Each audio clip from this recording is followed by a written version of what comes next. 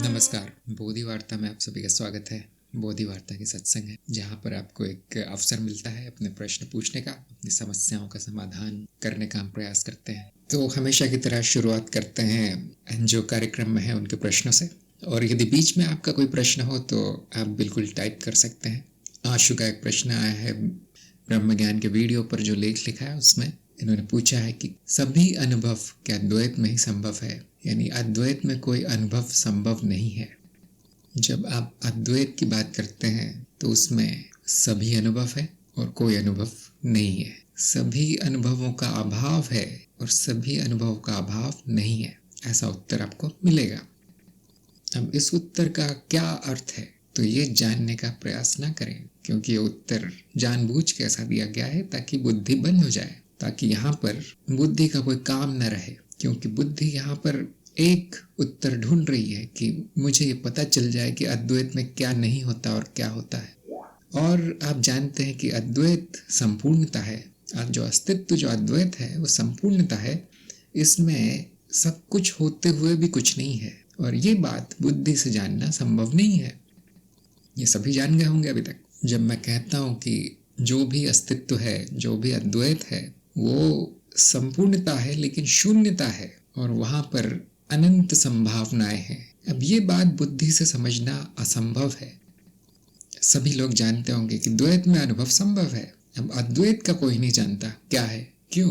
क्योंकि अज्ञेय है, अद्वैत अज्ञेय है। इसलिए जब भी ऐसा प्रश्न आता है कि इसमें क्या है, अद्वैत में क्या है और क्या नहीं है, तो हमेशा ऐसा ही उत्तर आएगा जैसे मैंने अभी दिया कि इसमें संभावनाएं बहुत हैं, अनंत संभावनाएं, लेकिन कुछ भी नहीं है। या इसमें सारे अनुभव हैं लेकिन कोई अनुभव नहीं है। इस तरह का उत्तर आएगा। आप कोई भी चीज़ ले लीजिए, अनुभव ही क्यों, कुछ भी ले लीजिए, अनुभव करता भी ले लीजिए। क्या अनुभव करता है अद्वैत में? ये गायब है या केवल द्वैत में ही दिखता है अनुभव करता? क्योंकि अनुभव है तो अनुभव करता प्रकट तो नहीं कहेंगे, लेकिन उसका स्वरूप दिखाई पड़ जाता है अस्तित्व का अनुभव करता के रूप में। फिर अद्वैत में क्या होता है अनुभव करता का, क्योंकि कहाँ चला जाता है वो? तो इस तरह के प्रश्नों के उत्तर ऐसे ही आएंगे कि जो अद्वैत है उसमें अनुभव करता है नहीं भी है, उसका अभाव है, इसका अभाव भी नहीं है।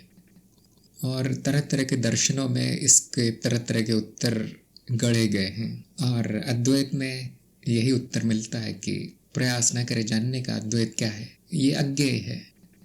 यहाँ पे आपके द्वैत के सारे मानदंड और सारे जो मान्यताएं हैं, धारणाएं हैं, कुछ काम की नहीं होती। इसीलिए तो जो ऋषि मुनि है अद्वैत कह के रुक गए हैं, उसके आगे कुछ नहीं क्या कहा उन्होंने। बस मैं इतना ही बता सकता हूँ कि दो नहीं है, और उसके बाद रुक गए। ना अनुमान संभव है ना अनुभव संभव है, तो कैसे करेंगे फिर, उत्तर कैसे आएगा? इसीलिए उसको अज्ञेय कह दिया गया है। द्वैत में तो आप जानते हैं कि अनुभव संभव है द्वैत में, और अनुभव अनुभवकर्ता के द्वैत रूप में पाया जाता है। उसमें आपको कोई शंका नहीं होनी चाहिए। अद्वैत में शंका हो भी गई तो भी उसका उत्तर नहीं आएगा। चित्त वृत्ति में इनके 3 प्रश्न आए हैं आशु के, कि मानव चित्त की सीमित स्मृति और वो अनंत स्मृति जो चित्त का आधार है, इन दोनों में क्या भेद है? कोई भेद नहीं है। भेद प्रतीत होता है हमारे अज्ञान की वजह से। यदि अज्ञान दूर हो जाए कि मानव चित्त नाम की कोई चीज नहीं है, तो बचता क्या है? अनंत चित्त बचता है, जिसको कि मैंने विश्व चित्त कहा है, जो कि आप अनंत स्मृति कह रहे हैं। बिल्कुल ठीक नाम है, अनंत स्मृति है वो।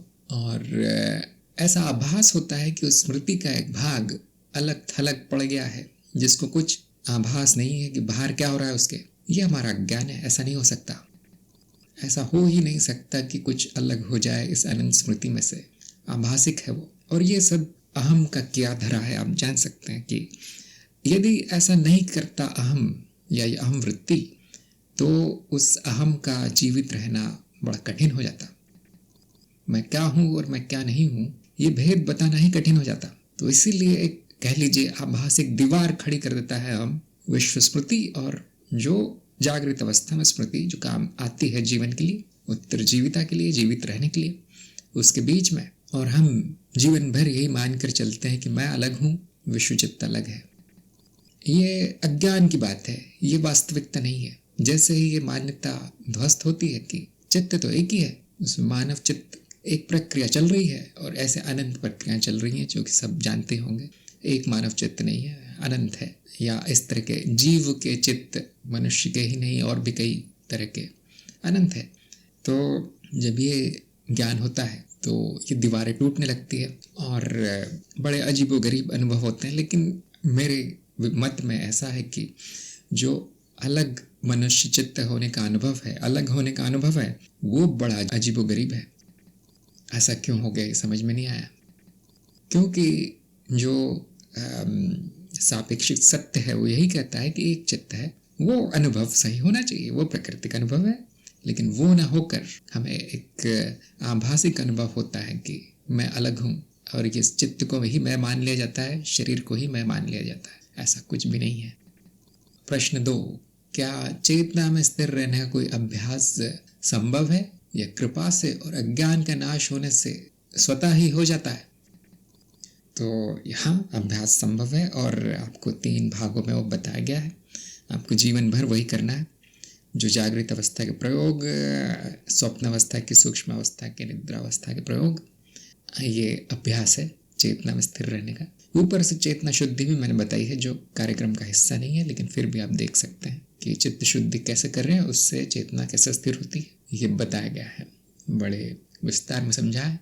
और आपने जो ये पूछा है कि क्या कृपा से और अज्ञान के नाश होने से, हाँ ये भी होता है, लेकिन बहुत कम दिखेगा कि पहले ही दिन से संपूर्ण चेतना प्रकट हो गई उस व्यक्ति में, उस साधक में। ये बहुत कम दिखेगा, बहुत विलक्षण होगा तो ही ऐसा होगा। और ये भी तभी होगा जब वो विलक्षणता भी तभी प्रकट होती है जब कई जन्मों की साधना हो चुकी होती है। कृपा भी तभी होती है जब वो साधक तपस्या से गुजर चुका होता है। कृपा सब पर है, लेकिन कौन कितनी कृपा इकट्ठा करता है वो उसकी अपनी क्षमता है। वो इसी तरह से है कृपा, जैसे बारिश होती है, सब जगह बराबर होती है, लेकिन आपने एक छोटा प्याला यदि रखा है तो उसमें कम पानी गिरेगा। आपने एक बड़ी बाल्टी रखी है तो ज़्यादा पानी गिरेगा। और आपने पूरा बड़ा तालाब बना रखा है तो उसमें बहुत कुछ जमा हो जाएगा एक साथ। तो आप कितना ग्रहण करते हैं, आपकी ग्रहण क्षमता कितनी है, उस पर कृपा निर्भर है। कुछ लोगों ने सारा जीवन समर्पित कर दिया है ज्ञान के लिए, और अब उन पर वो जो पानी इकट्ठा करते हैं इस कृपा की बारिश का, बहुत ज़्यादा होता है और हमें ऐसा लगता है कि बड़ा विलक्षण है, बहुत विलक्षण है। इसकी तो पहले ही दिन से चेतना इतनी दिखाई देती है, गुरु से भी अधिक चेतना है। तो और बड़ा बहुत जल्दी वो तरक्की कर जाता है, प्रगति कर जाता है। इसीलिए कहा गया है कि मुमुक्षुत्व, इसमें जिज्ञासा और तरह तरह के जो गुण है साधक के, वो जितने प्रचंड होंगे उतने अधिक कृपा उस पर ऐसा लगेगा बरस रही है। मुझ पे कृपा क्यों नहीं होती, बाकी पे क्यों हो जाती है, ये प्रश्न आता होगा बहुत लोगों का। वो इसलिए नहीं कि कृपा जो दे रहा है, जो गुरु क्षेत्र से कृपा आ रही है, बरस रही है, वो कम आप पर कम पड़ रही है, ऐसा नहीं है, सब जगह बराबर है। आप उसको कम ग्रहण करना चाहते हैं, आप अभी धीरे चलना चाहते हैं, आपको इतनी जल्दी नहीं है। ये मेरा भी अनुभव है। जब साधना की प्रचंडता बढ़ जाती है तो कई द्वार अपने आप खुल जाते हैं।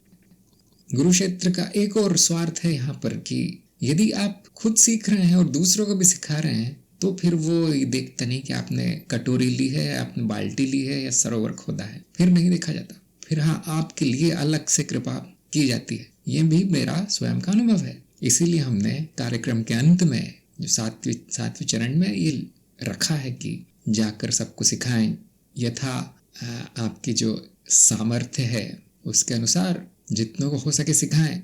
नहीं सिखाना चाहते तो कम से कम प्रकाशित कर दें जो आपको पता है, क्योंकि ज्ञान का विनाश हो चुका है। जितना हो सके उसको आपको प्रकाशित करना है, उसको प्रकट करना है इस अंधकार के युग में, तब कृपा ही कृपा हो जाती है। फिर आपको वो जो VIP स्टेटस है वो मिल जाता है कि हाँ, ये जो साधक है केवल अपने लिए नहीं जीवित, केवल अपने स्वार्थ के लिए नहीं सीख रहा है, इसको जितना भी छोटा मोटा टूटा फूटा जो भी आता है सबको बता रहा है। अब आप स्रोत है तो आपकी शुद्धता गुरु क्षेत्र का एक क्या कहते हैं लक्ष्य बन जाती है कि स्रोत खराब नहीं होना चाहिए।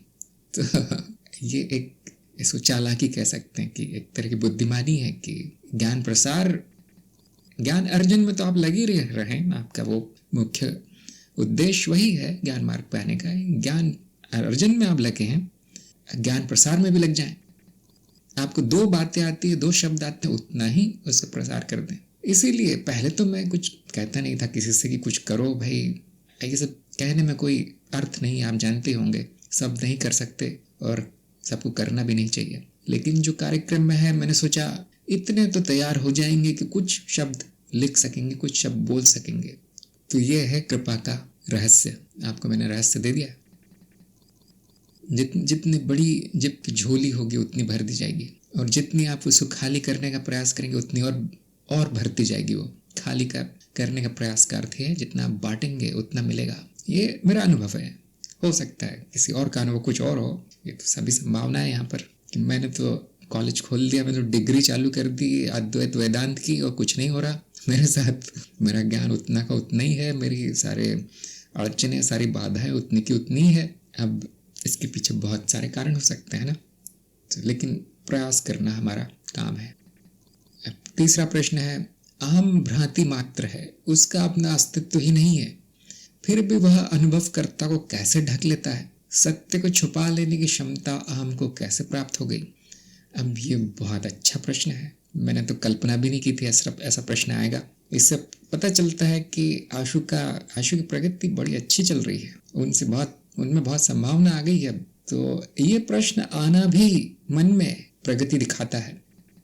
इसके लिए एक उपमा दी जाती है शास्त्रों में कि सूर्य कितना बड़ा है, सूर्य में कितना तेज है, सूर्य को नष्ट नहीं किया जा सकता, लेकिन एक छोटा सा बादल आके उसको ढक लेता है। ये उपमा दी जाती है कि यदि आपके पास है वो बादल, जैसे पृथ्वी के बड़ा पास है बादल, तो वो अपने से लाखों गुना बड़े सूर्य को ढक लेता है। क्यों? ऐसा आभास होता है कि वो ढक लिया, लेकिन होता तो नहीं है कभी। सूर्य तो वही चमक रहा है, वो विशाल जो सूर्य है वो तो उतना ही तेज चमक रहा है। कैसे हो गया ये कि बादल ने उसको ढक लिया? बड़ा पास है वो पृथ्वी के, आपके बड़ा पास है, 200-300 मीटर ऊपर है। सूर्य जो है करोड़ों किलोमीटर दूर है। तो ऐसा आभास होता है जैसे चांद को एक रुपए का सिक्का ढक सकता है यदि आप सही जगह रखें उस सिक्के को। तो कैसे संभव है? तो ये उपमा दी जाती है। इसके अलावा शैव दर्शन में आपने कहानियां सुनी होंगी कि शक्ति को जब गुस्सा आ जाता है, शक्ति बड़ी प्रचंड हो जाती है, तो शिव भी मूर्छित हो जाता है। सबने देखा होगा, वो चित्र देखा ही होगा सबने कि शिव को मूर्छित कर दिया है और शक्ति शिव के शरीर पर नाच रही है काली के रूप में। अब ऐसे कैसे संभव है? शिव तो महादेव है, शिव तो संपूर्ण ब्रह्मांड और जो भी शिव दर्शन में संपूर्ण अस्तित्व है उसको कहा जाता है शिव। ऐसा कैसे संभव है कि ये काल्पनिक रचना ने शिव को मूर्छित कर दिया? मूर्छित का अर्थ यही हो गया कि चेतना का विनाश वहां पे हो गया है, चेतना नष्ट हो गई है। तो इस प्रश्न का उत्तर इस तरह से उपमाओं से देने का प्रयास किया गया है शास्त्रों में। अब हम शास्त्रों को बाजू में रखें तो क्या देखते हैं कि अहम जब है ही नहीं तो उसको उसके द्वारा अनुभवकर्ता को ढकना भी एक आभास मात्र है। वो भी हमारी कल्पना है, वो भी हमारा ज्ञान है कि अहम ने अनुभवकर्ता को ढक लिया है। ये भी हमारा अज्ञान ही है, सच में नहीं ढका। वो नहीं कर सकता ऐसा, अहम ऐसा कुछ कर नहीं पाता। क्यों? क्योंकि यदि अनुभवकर्ता को सच में कुछ ढक लेता, अनुभवकर्ता को सच में उसका कुछ विनाश कर पाता, उसको कम कर पाता, तो अनुभव संभव नहीं थे और अहम का अनुभव भी संभव नहीं था। ध्यान दीजिए, जो अहम है वो भी अनुभव है। अनुभवकर्ता के अभाव में अहम भी नहीं रहेगा। जब ढकने वाला नहीं रहेगा तो कैसे ढक पाएगा कुछ? ये बात तार्किक नहीं लगती। इसलिए हम कहते हैं कि अनुभवकर्ता हमेशा प्रकाशमान है, हमेशा उसको प्रकाशित है, स्वयं प्रकाशित है, उसको कोई नहीं ढक सकता। कभी हमारे अज्ञान की वजह से हमें ऐसा लगता है कि हमने, जो कि भ्रांति है, जैसा आपने बिल्कुल सही लिखा है, इस भ्रांति ने सत्य को छुपा लिया। ऐसा संभव नहीं है। सत्य प्रकट है जो अहम को भी प्रकाशमान कर रहा है, प्रकाशित कर रहा है। अहम को भी, अहम भी उसी के द्वारा प्रकाशित है, उसी अनुभवकर्ता के द्वारा। तो ढका नहीं जा सकता उसको। हाँ, अहम ऐसी चाल चलता है, ऐसे विचार मन में पैदा करता है कि ऐसा लगता है कि वो अनुभवकर्ता अब नहीं रहा, मेरा अनुभवकर्ता चला जाता है। ये बहुत लोगों की शिकायत है। और मैं पूछता हूँ, कहाँ चला जाता है अपने? कहाँ जाएगा वो? यदि अनुभवकर्ता ही अस्तित्व है, ये अस्तित्व के बाहर कहाँ जाएगा उसको छोड़ के? क्या एक नया अस्तित्व बना लेगा, वहां जाके छुप जाएगा? ऐसे कैसे हो सकता है। और एक और नई उपमा दी जाती है, नया नया उदाहरण दिया जाता है, जैसे सिनेमा का उदाहरण जो मैं हमेशा देता हूँ कि जब हम सिनेमा देख रहे होते हैं तो पर्दा नहीं दिखाई देता, पहले से अंधेरा कर दिया जाता है ताकि पर्दा ना दिखे आपको, केवल चित्र दिखाई देते हैं जो आने जाने चित्र हैं, जो कि आभास मात्र है, प्रतीत होते हैं कि चित्र है, आवाज़ सुनाई देती है जो सब नकली है। अब वो पर्दा कहाँ चला गया? जो इतना ध्यान नहीं दे रहा है उसको यही लगेगा कि पर्दा था, मुझे याद है एक पर्दा होता था यहाँ, अब ये चित्र कहाँ से आ गए उस पर, और वो पर्दा कहाँ चला गया, कोई दिखाए मुझे पर्दा कहाँ है। ध्यान से देखिए, चित्र पर्दे पर है, आप चित्र नहीं देख रहे हैं, पर्दे को ही देख रहे हैं। चित्र नाम की कोई चीज नहीं है, चित्र तो प्रकाश का खेल है, छाया है, दिखाई तो आपको पर्दा ही दे रहा है। इसी तरह से जब आप अहम का खेल देखते हैं, जिसको कि आशु ने ढकना कहा है, ये जो छाया देखते हैं आप, अहम की, अंधकार की छाया, आप अहम को नहीं देख रहे हैं, आप स्वयं को देख रहे हैं। बड़ी सुंदर बात है, बड़ी विचित्र बात है। आप इसको लिख के रख सकते हैं कि अहम नहीं दिखाई देता, स्वयं दिखाई देता है। क्यों मैं मान लेता हूँ कि जो दिख रहा है वो कुछ और है, ये स्वयं प्रकाशित अस्तित्व तो नहीं देख रहा, मैं सच्चिदानंद को नहीं देख रहा, मैं अहम को देख रहा हूँ। क्यों? ये भी एक विचार है, ये भी मेरा अज्ञान है, जो मैं सोचता हूँ कि मुझे तो अहम दिखाई दे रहा है, अनुभव करता नहीं दिखाई दे रहा। अब ध्यान रखिए, अनुभव करता पृष्ठभूमि है जिस पे सब कुछ दिखाई देता है, जिसके कारण सब कुछ दिखाई देता है, ऐसा कह सकते हैं आप। मुझे जो दिखाई देता है वो अनुभव करता ही है, जो दिख रहा है वही देख रहा है, और जो देख रहा है वही दिख रहा है। ये फॉर्मूला मैंने बताया था कहीं किसी वीडियो में, किसी को याद होगा। और कुछ नहीं दिखता, जब आप सिनेमा देखते हैं तो आपको पर्दा ही दिखता है और कुछ नहीं दिखता, थोड़ी देर के लिए भूल जाते हैं कि हाँ पर्दा था।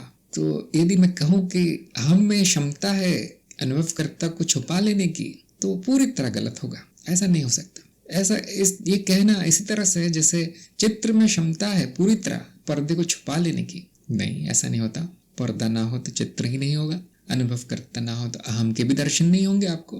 अहम की जो गतिविधि है, चित्तवृत्ति है, उसके दर्शन नहीं होंगे। दृष्टा नहीं होगा तो दृश्य नहीं होगा। तो मुझे आशा है ये समझ में आ गया होगा आपके। बड़ा सरल सा है कि नहीं, अहम छुपाता नहीं है, ये सरल सा उत्तर है। कुछ लोग कहेंगे अनुभव करता अहम का रूप ले लेता है थोड़ी देर के लिए, जो असत्य है, कहना ठीक नहीं होगा। लेकिन यदि वो साधक, यदि वो शिष्य कुछ और नहीं समझ पा रहा, तो ये बात बोल दी जाती है कि देखिए आपका जो स्वरूप है, अनुभव करता है, आत्मन है, और आत्मन ने ही छोटा रूप ले लिया है, अहम का मनुष्य रूप ले लिया है। ये बात बहुत लोग समझ में आ जाती है, इसलिए कह दिया जाता है। मुझे बिल्कुल समझ में नहीं आती कि ऐसा कैसे हो सकता है। मिथ्या का रूप, सत्य मिथ्या का रूप कैसे ले सकता है, इसलिए मैं कभी कहता नहीं हूँ। बहुत लोगों का प्रश्न होगा कि ये जो संपूर्ण अस्तित्व है जिसमें कोई अज्ञान नाम की चीज नहीं है, ये ऐसा छोटा सा मनुष्य अज्ञानी कैसे बन गया? इसके पीछे यही धारणा है उनकी, यही मान्यता है कि वो जो बड़ा ब्रह्म है, सबसे बड़ा जो है, वो छोटा हो गया, ऐसी मान्यता है। ऐसा नहीं होता, जो बड़ा है वो बड़ा ही रहेगा, जो छोटा है वो कभी था ही नहीं। जो अलग है वो मिथ्या है, जो एक है वो सत्य है। इसके बाद प्रश्न नहीं आएगा। ये प्रश्न क्यों आता है? क्योंकि कुछ शास्त्रों में ऐसा लिखा है, कुछ कहानियों में ऐसा लिखा है कि ब्रह्म ने छोटा रूप लिया है, ब्रह्म ने स्वरूप लिया है। मानव चित्त पर आशु का एक और प्रश्न आया है कि अनुभव करता कुछ नहीं करता, चित्त ही अपने आप में आवेग, चंचलता, दुख, इच्छाएं उत्पन्न करता है, और चित्त को चित्त ही नियंत्रण न कर सकता है। तो चित्त विकास की तरफ बढ़े या विनाश की तरफ, क्या यह स्वतंत्रता है या ये भी स्वनिर्धारित है? तो आप फिर से देख सकते हैं कि ये प्रश्न आ जाना मन में काफ़ी अच्छी प्रगति बताता है कि काफ़ी मनन अच्छा चल रहा है, ऐसा दिखाता है। हाँ, गलतियाँ तो सभी करते हैं उसमें कोई बुराई नहीं है। तो ये प्रश्न बहुत अच्छा है कि यदि उस चित्त का विकास हो चाहे ना हो, किसे पड़ी है यहाँ? कौन है जो किसने ये नियम बना रखा है कि विकास करना ही है चित्त को, नहीं तो बड़ी प्रलय आ जाएगा, ऐसा कुछ? तो मेरा ये मानना है कि हम तो जान नहीं पाएंगे सब बातें, क्या चल रहा है। मनुष्य जीवन तो 100 साल का है और चित्त तो पता नहीं क्या अनंत वर्षों से चल रहा है, अनंत काल से। इसका जो विकास चलता है चित्त का, हमें दिखाई पड़ जाता है, क्योंकि वही रचनाएं बच जाती है। चित्त के अनेक भाग होंगे जिनका विकास नहीं होता, और वो सरल रचनाओं में बदल जाता है। अनेक भाग होंगे, ऐसे अनंत भाग होंगे, वो कभी दिखाई नहीं पड़ते। जैसा कि आप जानते होंगे, मैं आपको याद दिलाना चाहता हूँ कि हमारा अनुभव नाद रचनाओं का अनुभव है, और नाद रचनाएं जब स्वयं संगठित होती है तो प्रकट दिखाई देती है, तो थोड़ी देर स्मृति में टिक जाती है। वो जो स्वयं संगठन नहीं होता जिनका, वो कहीं खो जाती है, अनियमित हो जाती है पूर्णतया। जिसको मैंने संभावित चित्त कहा है, आप चित्त की परतों का वीडियो देखा होगा तो संभावित ही रहता है वो चित्त, कुछ प्रकट नहीं हो पाता उसमें से। क्यों? बड़ी सरल सी नाद रचना है, अनियमित सी है। वो हमारे इंद्रियों से क्रिया नहीं करती, इंद्रियों को उनमें कुछ दिखाई नहीं देता। इंद्रियां भी नियमित नाद रचनाओं से ही क्रिया करती हैं। प्रतिक्रिया इंद्रियों की नियमित नाद रचनाओं से होती है। तो इसीलिए मैंने उस दिन कहा था कि हमारा अनुभव जो पहले से ज्ञान है उसी का अनुभव होता है। बहुत लोगों को समझ में नहीं आया होगा। इसका कारण इंद्रियों की सीमा है कि इंद्रियां भी ऐसे ही विकास क्रम में आगे बढ़ी हैं कि उनको भी उन्हीं से प्रतिक्रिया उनकी होती है, उन्हीं नाद रचनाओं से जो विकास क्रम के लिए, जीव के विकास के लिए, उत्तरजीविता के लिए आवश्यक है। नहीं तो वो नहीं क्रिया करती वो इंद्रियां उन नाद रचनाओं से। जैसे कि सभी जानते हैं कि हमें जो सूर्य का प्रकाश है उसके छोटे से भाग का 7 रंगों का ही अनुभव होता है, बाकी का नहीं होता। ऐसा क्यों हुआ? क्योंकि वह उतना ही ज्ञान हमें हो पाता है, और फिर जब एक बार ज्ञान हो गया तो उतना ही अनुभव हो पाता है। ज्ञान इंद्रियों को सीमित करता है और इंद्रियां ज्ञान को। ये बहुत कम लोगों को समझ में आएगा, इसलिए मैंने ज़्यादा कुछ बोला नहीं इस बारे में। तो मैं इतना ही बोलता हूँ कि भाई नाद रचनाएं हैं, नियमित हो जाती हैं तो इंद्रियों से प्रतिक्रिया होती है, उसका ज्ञान, उसका अनुभव के रूप में हमें अनुभव होता है, और वही ज्ञान बन जाता है जब व्यवस्थित हो जाता है स्मृति में। इतना ही मैंने बताया है आपको। तो जो जिनका विनाश हो गया, जिन नाद रचनाओं का, वो दिखेंगी नहीं आपको, वो पता भी नहीं चलेगा कहाँ चलेगी, वो संभावित चित्त में वापस विलीन हो जाती है। वहाँ से फिर से उठने का प्रयास करती है, कुछ ना कुछ रचना होती रहती है हमेशा। क्योंकि जो नाश है, विनाश नहीं दिखाई दे रहा, या उस पर ध्यान नहीं जाता हमारा, हमें विकास ही दिखाई देता है। और इसीलिए हम कहते हैं कि देखिए चित्त का तो विकास होता ही है, ये तो मान लीजिए तो नियम है चित्त का, वो विकसित तो होगा ही। मैं कभी कभी ये भी कहता हूँ कि एक बार मानव स्तर तक आ गया चित्त तो फिर उसका विनाश नहीं हो सकता। बड़ी रचना है, बहुत बड़ी रचना है मानव चित्त, तो उसका विनाश नहीं हो सकता। किसी न किसी रूप में वो कायम रहता है, भले वो पूरी तरह नष्ट भी हो जाए तो भी उसकी जो राख है उससे बीज अंकुरित हो ही जाते हैं कुछ न कुछ। ऐसा चल रहा है सृष्टि में, विनाश नहीं होता है किसी भी चीज़ का, बस रूप बदल जाते हैं। तो जब हम देखते हैं चित्त की तरफ तो हमें विकास ही होता दिखाई देता है, विनाश की तरफ हम ध्यान नहीं देते, और जो विनाश होता है वो फिर से किसी रूप में प्रकट हो जाता है। दोनों प्रक्रिया चल रही है चित्त में, विनाश की भी, विकास की भी। और हमें ऐसा लगता है कि विकास की ही प्रक्रिया चल रही है। तो चित्त में पूरी स्वतंत्रता है, वो किसी भी दिशा में जा सकता है। लेकिन हमें प्रतीत क्या होता है कि सभी रचनाएं एक दौड़ में लगी है, जल्दी से जल्दी विकसित हो जाए, और जो विकसित हो जाते हैं चित्त वो दिखाई पड़ जाते हैं, वो रचनाएं जो है अनुभव में तुरंत आ जाती है। ये आप सभी का अनुभव होगा, ये आपका अप्रोक्ष अनुभव होगा। और बड़ा तार्किक भी है कहना कि जो नष्ट हो रहा है उसकी तरफ इंद्रियों का न ध्यान जाता है, न स्मृति का ध्यान जाता है, न हमारी बुद्धि का ध्यान जाता है। हमको वही दिखाई पड़ता है जो अच्छे से नियोजित है, व्यवस्थित है। यदि आप कहीं जाके मिट्टी फेंक दे तो मिट्टी की तरफ कोई देखेगा भी नहीं, क्या है ये, कुछ भी नहीं, अर्थहीन है, उसे कोई रचना नहीं दिखाई देती। उस मिट्टी से आप अच्छी आकृति बना ले, कोई मूर्ति बना ले, सुंदर मूर्ति, अब सबको दिखाई देगी।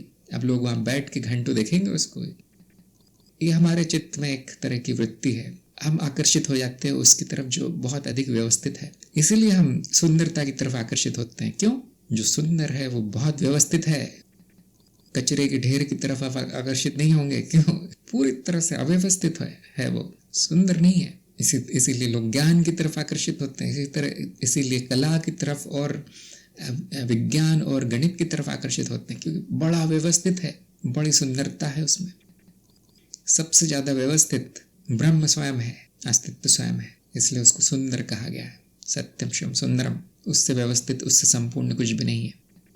तो ये उत्तर है इस प्रश्न का। बहुत अच्छा प्रश्न है कि कौन निर्धारित करता है कि वो आगे बढ़ेगा या नहीं बढ़ेगा, चित्त आगे बढ़ेगा, उसका विनाश होगा।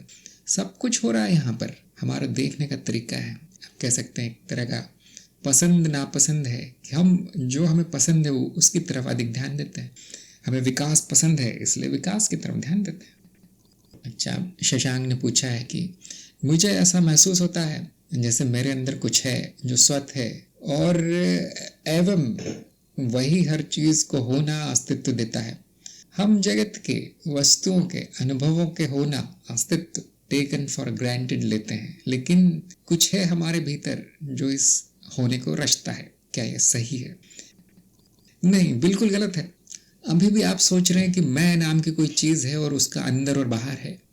अभी भी आप उसी पुराने अज्ञान में पड़े हैं कि मैं नाम की एक चीज़ है और उसके अंदर एक चीज़ है, उसके बाहर एक चीज़ है। ये मूलभूत अज्ञान है। जब तक आपको आत्मज्ञान नहीं होगा इस तरह के प्रश्न आएंगे। तो इसका उत्तर मैं यही दूंगा कि पूरी तरह गलत है जो आपने कहा, लिखा है यहाँ। और आपकी जो सुझाव है, आत्मज्ञान लेने का प्रयास करें। मैं कौन हूँ ये जानने का प्रयास करें। या मैं कौन हूँ तो अच्छा प्रश्न नहीं है। मैं क्या हूँ, मेरा मूल तत्व क्या है, मूल तत्व का अर्थ क्या है, मेरी प्रकृति, मेरा स्वभाव क्या है, और ये प्रकृति और स्वभाव का अर्थ क्या है, ये जानने का प्रयास करें। ये प्रश्न आप पूछेंगे कि ये अंदर क्या है बाहर क्या है, तो आपकी प्रगति नहीं होगी। इसका उत्तर मैं बड़ा लंबा भी दे दूं तो भी आपकी प्रगति नहीं होगी। क्यों? क्योंकि एक आधारहीन मान्यता पर ये प्रश्न है। तो मुझे वो आधार ठीक करना पड़ेगा आपका पहले। ऐसा कुछ भी नहीं है इस काल्पनिक मैं के अंदर जो किसी चीज़ को अस्तित्व देता है। यदि अस्तित्व देता है कुछ तो अस्तित्व ले सकता है, वापस भी ले सकता है। ऐसा कुछ भी नहीं होता। ये पूरी तरह से मनगढ़ंत कल्पना है। जहाँ पर भी मैं शब्द आ जाता है आपको बहुत चौकन्ना होना है, पूरी चेतना जागृत रखनी है आपको। आपने अभी आशु के प्रश्न देखे, उन्होंने ये नहीं कहा कि मेरी प्रगति कैसे नहीं हो रही और मेरी प्रगति कौन नियंत्रित करता है, बिल्कुल नहीं कहा। यहाँ पर देख सकते हैं कि चेतना में लिखा गया प्रश्न। सभी लोग सीखने का प्रयास करें। मैं तो अब कहूँगा कि सही समय आ गया है कि सबको जाके आशु के लेख पढ़ना शुरू कर दें, पढ़ना चाहिए, क्योंकि उनका कार्यक्रम करीब करीब समाप्त हो रहा है। वो तीसरे चरण की ओर बड़े जल्दी आ जाएंगे। तो सभी लोग जाकर पढ़ लें कि कैसे लेख लिखे गए हैं, उसके अनुसार आप भी करने का प्रयास करें। आप उससे अच्छा कर सकते हैं। मैं ये नहीं कहता कि सारे लेख 100% सही लिखे हैं आशु ने, नहीं, गलतियां हैं उसमें भी, उससे भी अच्छा कर सकते हैं। तो शशांक के साथ बड़ी समस्या आ रही है शुरू से ही, मैं देख रहा हूँ। बाधा क्या है समझ में नहीं आती। बाधा मुझे एक दिखाई देती कि सही प्रश्न नहीं आते, मूलभूत प्रश्न नहीं आते। इन्होंने कभी पूछा नहीं कि अस्तित्व है क्या। क्यों नहीं पूछा, वो नहीं बता सकते हम, क्योंकि कोई ना कोई बाधा होगी अंदर, कहीं बुद्धि में कहीं ना अशुद्धि होगी जो ये पूछने भी नहीं देती कि एक दिन तो मूलभूत प्रश्न पूछ लूँ मैं। नहीं, ऐसा नहीं प्रश्न आता इनका कभी। सभी प्रश्न स्मृति से आ रहे हैं। ऐसा लगता है स्मृति में कहीं कुछ मैल बैठा है, वहां से प्रश्न सब आ रहे हैं। एक बार स्मृति को हटा के अप्रोक्ष अनुभव से देखने का प्रयास करें, स्मृति को भूल जाएं। अब ऐसा नहीं कि केवल शशांक के साथ ऐसा नहीं है। मैं रोज किसी न किसी से बात करता हूँ। जब से कार्यक्रम वगैरह शुरू किए हैं, कुछ न कुछ चलता रहता है और मैं ऐसे लोगों से मिलता हूँ जिनमें इतनी बड़ी बड़ी बाधाएं हैं कि उनको ज्ञान मार्ग के बारे में बताना भी बड़ा कठिन हो जाता है। कभी कभी ज्ञान क्या है वहीं रुक जाते हैं हम। बड़ा कठिन हो जाता है। फिर आप मुझे आत्मज्ञान क्यों नहीं करवा देते, इस तरह के प्रश्न आते हैं। आप मुझे वो आत्मज्ञान का अनुभव क्यों नहीं दिलवा सकते जो वो वाले गुरु दिलवाते हैं। उनके सामने बैठो तो आत्मज्ञान हो जाता है। तो मैंने कहा ये सब कचरा आपके मन में आया कैसे, और आपने इसको सच कैसे मान लिया। ये सब क्या आत्मज्ञान कोई अनुभव है बड़ा? यहाँ इस सत्संग में सभी आत्मज्ञानी है। अब क्या किसी को अनुभव हुआ है कोई बड़ा जो मेरे साथ बैठने से हुआ हो? ऐसा कौन सा अनुभव है जो आपको आपसे मिलवाएगा? जो बहुत बार हमने इस बात पर चर्चा की है और हमेशा उत्तर ही आता है कि सारे अनुभव आपको आपसे ही मिलवाते हैं। अब ये मन में कैसे आ गया उस व्यक्ति के कि गुरु को चमत्कार करता है, बड़ा अनुभव होता है, उसके बाद ही आत्मज्ञान होता है, नहीं तो नहीं हो सकता। ये बाधा, ये मैल उसको आगे नहीं बढ़ने देता। क्यों? वो अब सारा जीवन अनुभव को ढूंढेगा, सारा जीवन ऐसे गुरु को ढूंढने में बिताएगा वो व्यक्ति जो उसको चमत्कारी अनुभव दिलवा सके, जो आत्मज्ञान देता हो। अब ये बाधा मैं भी दूर नहीं कर सकता, बहुत कठिन होता है ये। तो ध्यान रखें, जब आपके प्रश्नों का उत्तर आना बंद हो जाए, या मैं भी बोल दूं कि भाई मैं नहीं उत्तर दूंगा, अब आपको नीचे जाना है, ऊपर नहीं। अब आप कितने भी लेख लिख लें, आपकी कोई प्रगति नहीं होगी। सत्संग में आप आ रहे हैं, बहुत अच्छी बात है। सत्संग में आपको मूलभूत अज्ञान पर आपको चोट करनी है, जो सबसे निचला है तल, वहां से शुरू करना है। बहुत लोगों के साथ हुआ है ऐसा, केवल शशांक के साथ नहीं। ऐसा नहीं कि शशांक के पास बुद्धि की कमी है, ऐसा नहीं है। मुझे तो लगता है बुद्धि ज़्यादा है उनके पास। आपको बुद्धि कम करनी चाहिए, थोड़ा बुद्धि का प्रयोग कम करें और अपना अनुभव का प्रयोग बढ़ा दें। बहुत दिनों से देखता हूँ मैं, मेरा सुझाव यही रहता है कि ये प्रश्न ऐसे जीव से आ रहे हैं जिसके मन में बहुत कुछ भरा गया है, जिसकी बुद्धि में बहुत कुछ भरा गया है। अब इस जीव को बहुत वर्ष लग जाएंगे ये सब हटाने में। मैं भी सोचता हूँ क्या करूँ मैं ऐसा, लेकिन मेरे पास अभी तक ऐसा कोई उपाय आया नहीं है। क्योंकि देखिए, ये बातें किसी को ये कह के ठीक नहीं की जा सकती है बाधा की, देखिए आप गलत हैं, गलत बात मत बोला करो, ऐसा बोल के ठीक नहीं किया जा सकता। ये मैं तो कहता हूँ प्रश्न पूछो, लेकिन ऐसे पूछो जो जितना अधिक मूलभूत हो, जितना अधिक फंडामेंटल हो, उतना अच्छा है आपके लिए। आपको अस्तित्व के बारे में कोई शंका है, अब अस्तित्व क्या है यहाँ से शुरू करना चाहिए आपको। यहाँ से नहीं शुरू करना चाहिए कि मेरे अंदर क्या है जो अस्तित्व को बना रहा है। इस प्रश्न के ये आप देख सकते हैं, प्रश्न में बड़ा मैल है, कितनी सारी धारणाएं, कितनी सारी मान्यताएं हैं। ऐसा नहीं कि आपको आत्मज्ञान के बारे में कुछ बताया नहीं गया है, सब कुछ सामने है आपके। रोज हर सत्संग में वही बात होती है, वही चर्चा बार बार होती है। मैं शुरू से देखता हूँ इनके प्रश्न ऐसे आता है कि आपने ऐसा क्या किया कि ये सारा ज्ञान मिल गया। क्या आपके पास कुछ सीक्रेट है, कोई रहस्य है कि आप वहां से ज्ञान लेते हो? इस तरह के प्रश्न आए शशांक के। मैंने कहा ऐसा होता तो मैं आपको सबसे पहले दे देता, वो चाबी होती मेरे पास जिससे ज्ञान मिलता है, सबसे पहले मैं आपको घर आके देता मैं। लेकिन ऐसा नहीं है। ये संभावना ज्ञान की सब में है, ये चाबी सबके अंदर है। हम इस संभावना के साथ जन्म लेते हैं, नहीं तो मनुष्य रूप में क्यों जन्म लेते हैं? बहुत से लोग पढ़े हैं किसी देवी देवता के रूप में जन्म लेते हैं। यहाँ हम आते हैं ताकि सत्य असत्य में भेद करना सीख जाएं। बाकी जगह नहीं होगा, बाकी सब सपना है, वहां तो सत्य असत्य में भेद नहीं होता। ज्ञान यहाँ पर है, इस लोक में है। बहुत से लोग हैं जहाँ पर कोई रुचि नहीं है किसी के सत्य असत्य जानने की, और वो करोड़ों अनंत वर्षों तक, अनंत काल तक वैसे ही रहेंगे। ध्यान रखिए, आप यहाँ पर इसीलिए आए हैं, जो बाकी जगह संभव नहीं है वो यहाँ संभव है। इसीलिए सारे गुरुजन यहीं जन्म लेते हैं। इसीलिए मैं कहता हूँ कि ये सब क्या प्रयोग करते रहते हो, इधर उधर लोकों में घूमते हो, सब कुछ तो यहाँ है। इसी जागृत अवस्था में सब कुछ है। सही प्रश्न आपको करना है। कभी कभी ये प्रश्न भी कर लेना चाहिए, क्या सत्य है, ये अस्तित्व क्या है। ये मान लेना चाहिए कि मुझे कुछ पता नहीं है। वो कहते ना कि यदि आपका प्याला खाली नहीं होगा तो उसमें कितना भी डाला जाए वो छलक जाएगा। सब खाली कर देना चाहिए, उसके बाद तो कुछ जाएगा उसमें। यदि उस सारा कचरा भरा है अंदर, अब क्या जाएगा उसमें? उस बुद्धि में क्या जाएगा? दो तरह की बुद्धियां होती है, एक कहती है कि मुझे कुछ नहीं पता, दूसरी कहती है कि मुझे सब कुछ पता है। कौन सी बुद्धि में अधिक ज्ञान जाएगा, ये आप तर्क से बता सकते हैं। आसान सा प्रश्न है। एक व्यक्ति कहता है मुझे सब पता है, क्या वो सीख पाएगा कुछ? दूसरा कहता है मुझे कुछ नहीं पता। अब उसके द्वार खुले हैं ज्ञान के। जिसने कह दिया कि मैं सब जानता हूँ, अब उसको सिखाना भी बड़ा कठिन है। समर्पण नाम की कोई चीज़ नहीं है।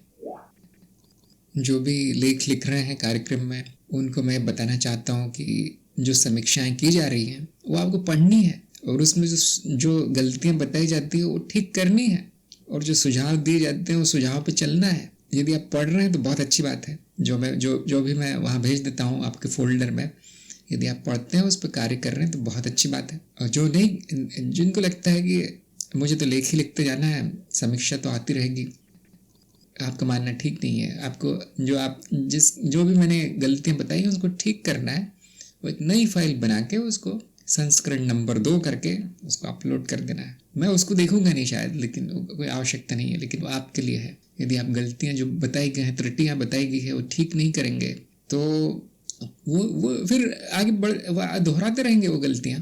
इसलिए समीक्षा पढ़ लें। एक आध लाइन की होती है मेरी समीक्षा, कोई बड़ी नहीं होती। और जो बड़ी गलती यदि कोई मैंने बताई है वो ठीक कर लें। पवन का प्रश्न आया, मैं दूसरे प्रश्न ढूंढ रहा हूँ किसी और के आए होंगे तो। तब तक पवन ने पूछा है कि अनुभवकर्ता का प्रथम अनुभव क्या है? क्या प्रथम ही अंतिम है? क्या अनुभव ही है या अनुभवकर्ता ही अनुभव के रूप में स्वयं को देख रहा है? व्यवहारिक स्तर के अनुभवकर्ता, नकली अनुभवकर्ता जो कि अज्ञान अथवा भ्रमवश गढ़ा गया है, उसके संदर्भ में पूछ रहा हूँ।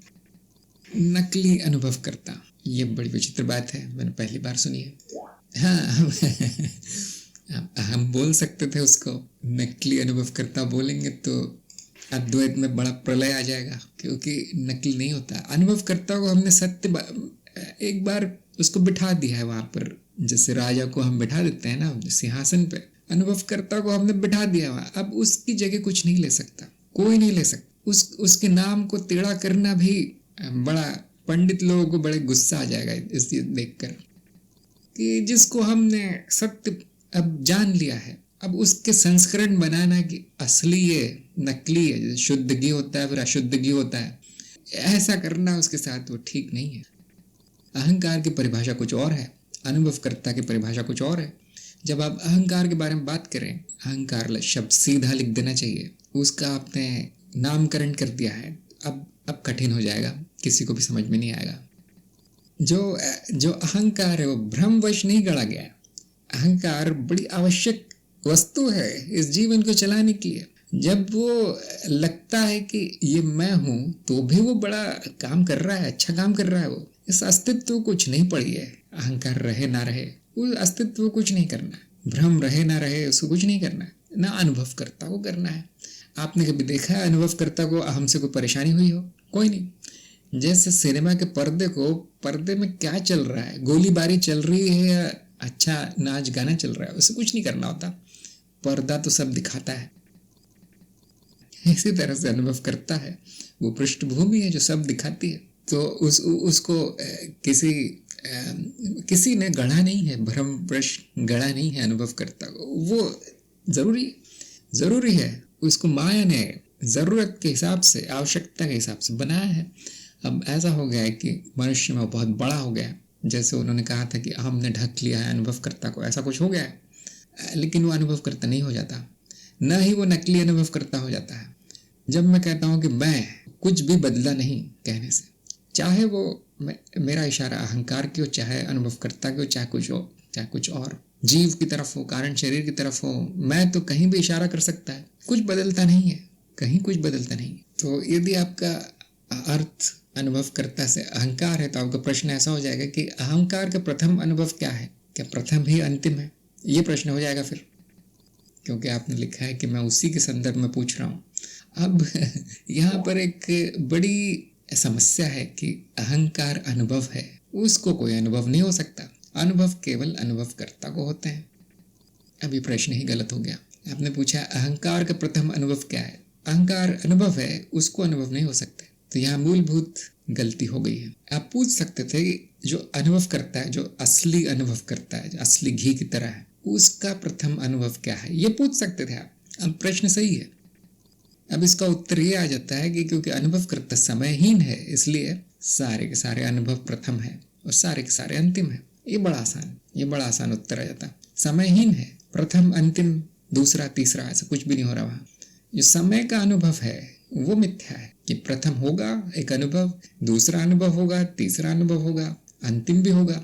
ये सब मनगढ़ंत बातें हैं। अनुभवकर्ता की दृष्टि से कुछ प्रथम नहीं है, कुछ अंतिम नहीं है। जो नकली अनुभव करता है उसके बारे में उसको कोई अनुभव नहीं हो सकता। ये व्यवहारिक स्तर का प्रश्न था, उत्तर वही है मेरा। मुझे और कुछ समझ में नहीं आ रहा क्या उत्तर दूं उसका। व्यवहारिक स्तर पे क्या उत्तर दूं मैं? कोई और बताना चाहेगा, कोई और उत्तर देना चाहेगा पवन के प्रश्न का? तब तक मैं ढूंढता हूँ कि आपके कार्यक्रम वालों के क्या प्रश्न आए हैं। मुमताज़ का एक प्रश्न आया था जो पिछली बार शायद मैं लेना भूल गया, कि इन्होंने पूछा था कि अद्वैत का मानदंड अपरिवर्तनीय है, सत्य के बारे में पूछ रहे हैं, तो क्या ज्ञान मार्ग का मानदंड भी यही रख सकते हैं?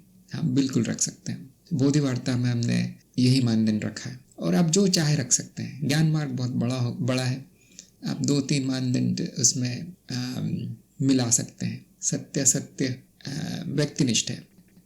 जो भी ज्ञानी व्यक्ति है या जो भी उस मार्ग पर चल रहा है, जो भी जिसने भी लिखा है, कोई किताब लिखी है या बोला है, उसका अपना मानदंड होगा, और आपको पूरी स्वतंत्रता है, आप जो चाहे रख सकते हैं। अब हम ये कहते हैं कि यदि आप अपरिवर्तनीय वाला मानदंड रखेंगे तो आपको इस तरह के प्रभाव दिखाई देंगे, इस तरह के आपको नतीजे दिखाई देंगे। यदि आपका मानदंड कुछ और है तो फिर कुछ और सत्य दिखाई देगा। हमें पूरा स्वीकार है, ऐसा कुछ नियम नहीं है कि यदि आपने कोई और मानदंड रख लिया ज्ञान मार्ग में सत्य का तो अब मैं बात भी नहीं करूँगा, ऐसा कुछ नहीं है। हाँ, यदि आपको हमेशा बोलते समय यदि आपका मानदंड कुछ और है सत्य का तो आपको कुछ भी कोई भी सत्य बताने के पहले आपको बताना पड़ेगा कि मेरा मानदंड ये है और इसके अनुसार मेरा सत्य ये है। उसके बाद कोई परेशानी नहीं किसी को। होता यह है कि लोग बताते नहीं कि क्यों सत्य है, फिर बहस करना शुरू कर देते हैं कि मेरे हिसाब से ये सत्य है। भाई होगा सत्य, ठीक है, सबका अपना अपना होता है, तो आप अपना मानदंड भी बता दीजिए। और हम वहाँ रुकते नहीं है। मानदंड बताने के बाद हम पूछते हैं कि इसके पीछे कारण क्या है, ये मानदंड आपने रखा क्यों है। वो कारण बताना भी आवश्यक है। अगर वो कारण तार्किक है तो कोई बात नहीं, कारण अतार्किक है, जैसे मैं कहता हूँ मेरा मानदंड है कि जो दिन में होता है वही सत्य है, जो रात में होता है वह सत्य है। और अब जो पंडित है ज्ञान मार्ग के, वो कहेंगे ठीक है, आपने रखा है, कुछ सोच के ही रखा होगा, अब ये भी बता दीजिए क्यों रखा है, ये मानदंड क्यों रखा है ऐसा अजीब सा। मैं कहूँगा कि देखिए मुझे ही पसंद है इसलिए मैंने रखा है। मुझे रात को पसंद नहीं है, रात का वक्त, इसलिए जो दिन में होता है जागृत अवस्था में वही सत्य है। अब ये किसी को अच्छा नहीं लगेगा, ये मानदंड आपकी बात को कोई गंभीरता से नहीं लेगा, मजाक कर रहा है मान के चले जाएंगे। तो आप अपना मानदंड जो चाहे रखें, ध्यान रखें इस बात का कि वो तार्किक हो, उसका कारण देने में शर्म ना आए हमें, ये इतना ध्यान रखना चाहिए सबको। सभी के लिए सुझाव है मेरा, मुमताज़ के लिए भी है। तो शायद मैंने उत्तर दिया था लेकिन अब मुझे याद नहीं है। इन्होंने मुमताज़ ने एक और प्रश्न पूछा था जो मैं लेना ही भूल गया। एक दो सत्संग निकल गई हमारी, मैं देखना ही भूल गया उसको। इन्होंने पूछा था कि प्रेम या भक्ति के कारण भी कोई अध्यात्म मार्ग में आ सकता है क्या? प्रेम या भक्ति के कारण, यदि उस व्यक्ति में पहले ही भक्ति है, यदि वो भक्त है पहले से, तो अब कहाँ आएगा वो? पहले ही अध्यात्म मार्ग में है।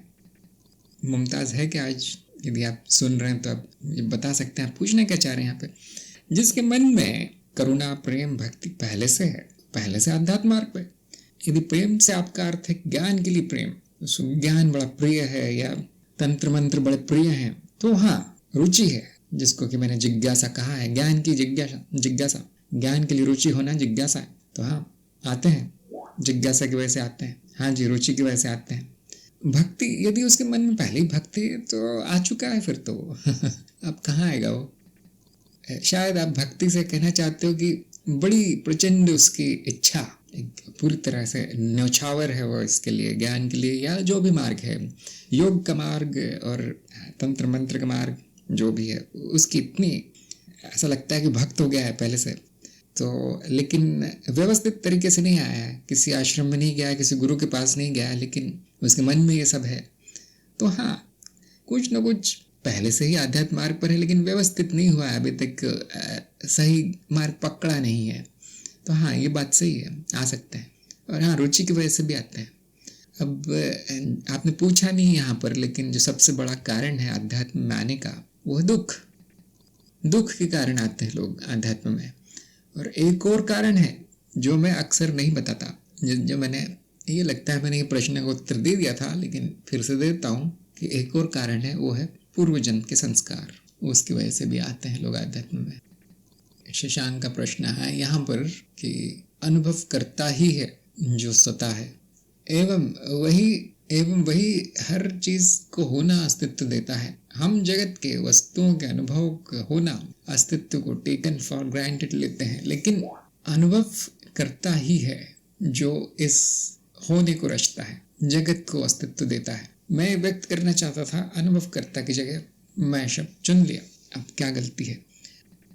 यहाँ पर एक मान्यता है जो बहुत लोगों में होती है कि अनुभवकर्ता ने अनुभव रचा है।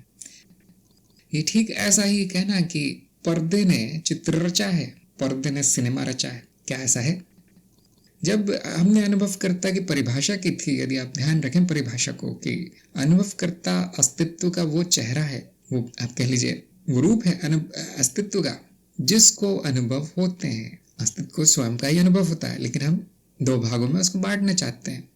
जिसको अनुभव होते हैं उसको हमने नाम दिया है अस्तित्व अनुभवकर्ता। इस परिभाषा में ये नहीं बताया गया कहीं पर कि अनुभवकर्ता अनुभव की रचना करता है। मैं हमेशा कहता हूँ कि कुछ नहीं करता, उसका काम देखना है।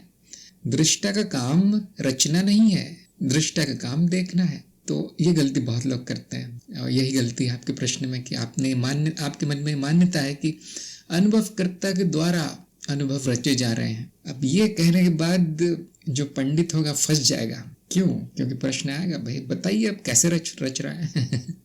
ये जो शून्यता है जो केवल देखती है, जिसको देखना भी कठिन है, कठिन क्या असंभव है। अनुभवकर्ता का तो अनुभव भी नहीं होता। अब आपने कैसे जान लिया कि ये इसने सारे अनुभव की रचना की है? कोई बता पाएगा इसका उत्तर?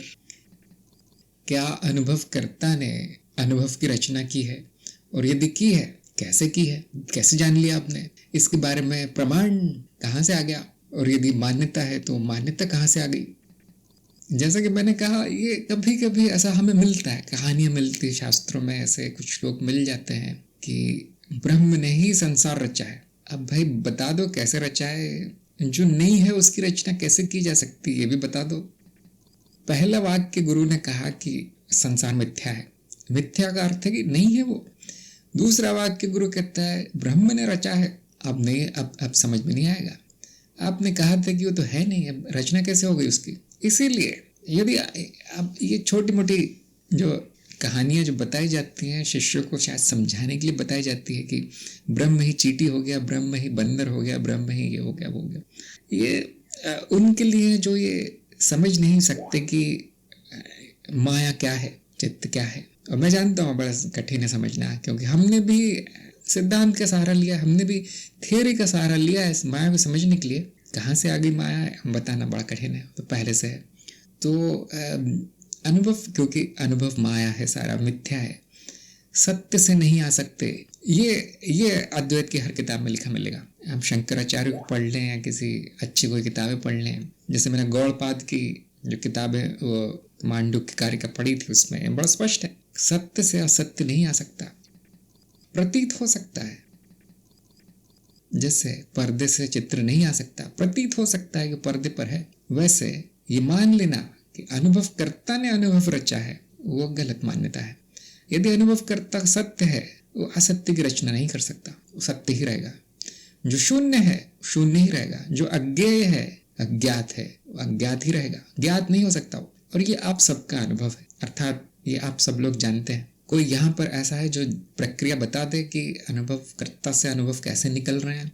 कोई फैक्ट्री खोली है उसने अनुभवकर्ता ने कि आज ये अनुभव बनाना, कल वो नहीं। अब मुझे लगता है कि जरा पश्चिमी दर्शन से आ रहा है। शशांक को पश्चिमी दर्शन में रुचि लगती है।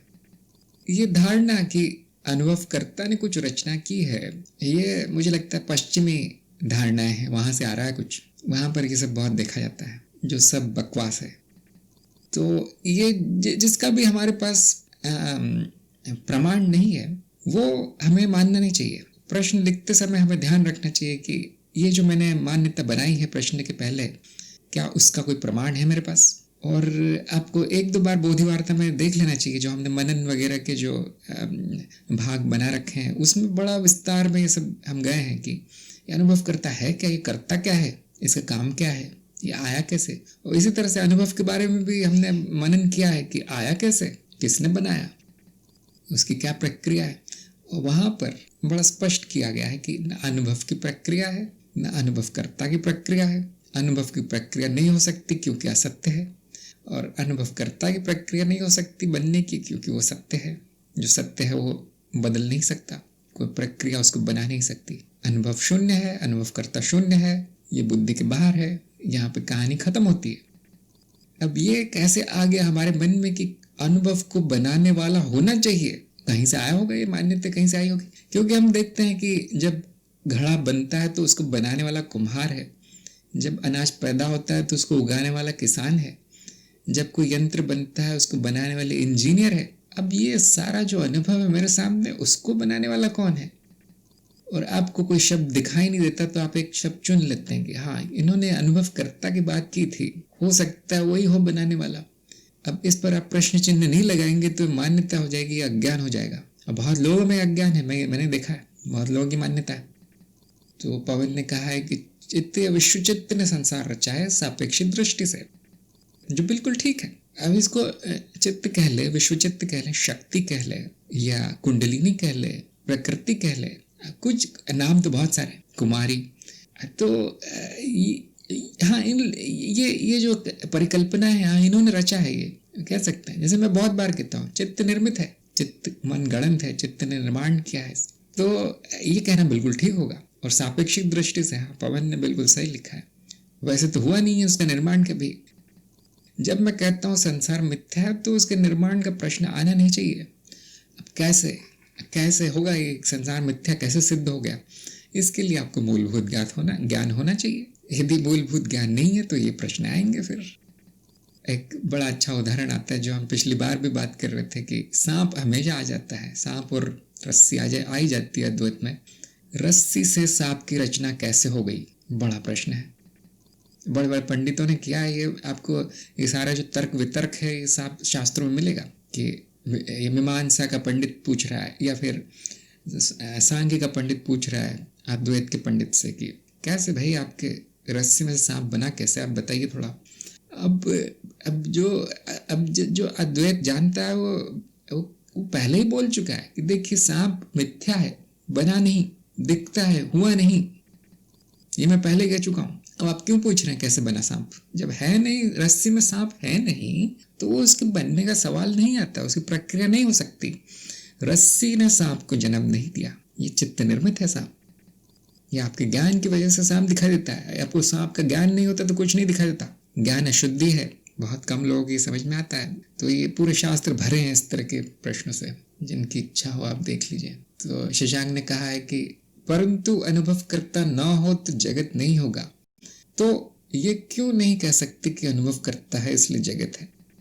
मैंने ऐसा कभी देखा नहीं कि अनुभव करता नहीं होता। कोई बता सकता है कि अनुभव करता चला जाता है? कभी आपने ये अनुमान लगाने का प्रयास किया कि अनुभव करता ना हो तो क्या होगा, लेकिन आपका अनुभव क्या करता है? ऐसा कब हुआ है कि अनुभव करता नहीं होता है? ऐसा कब हुआ है?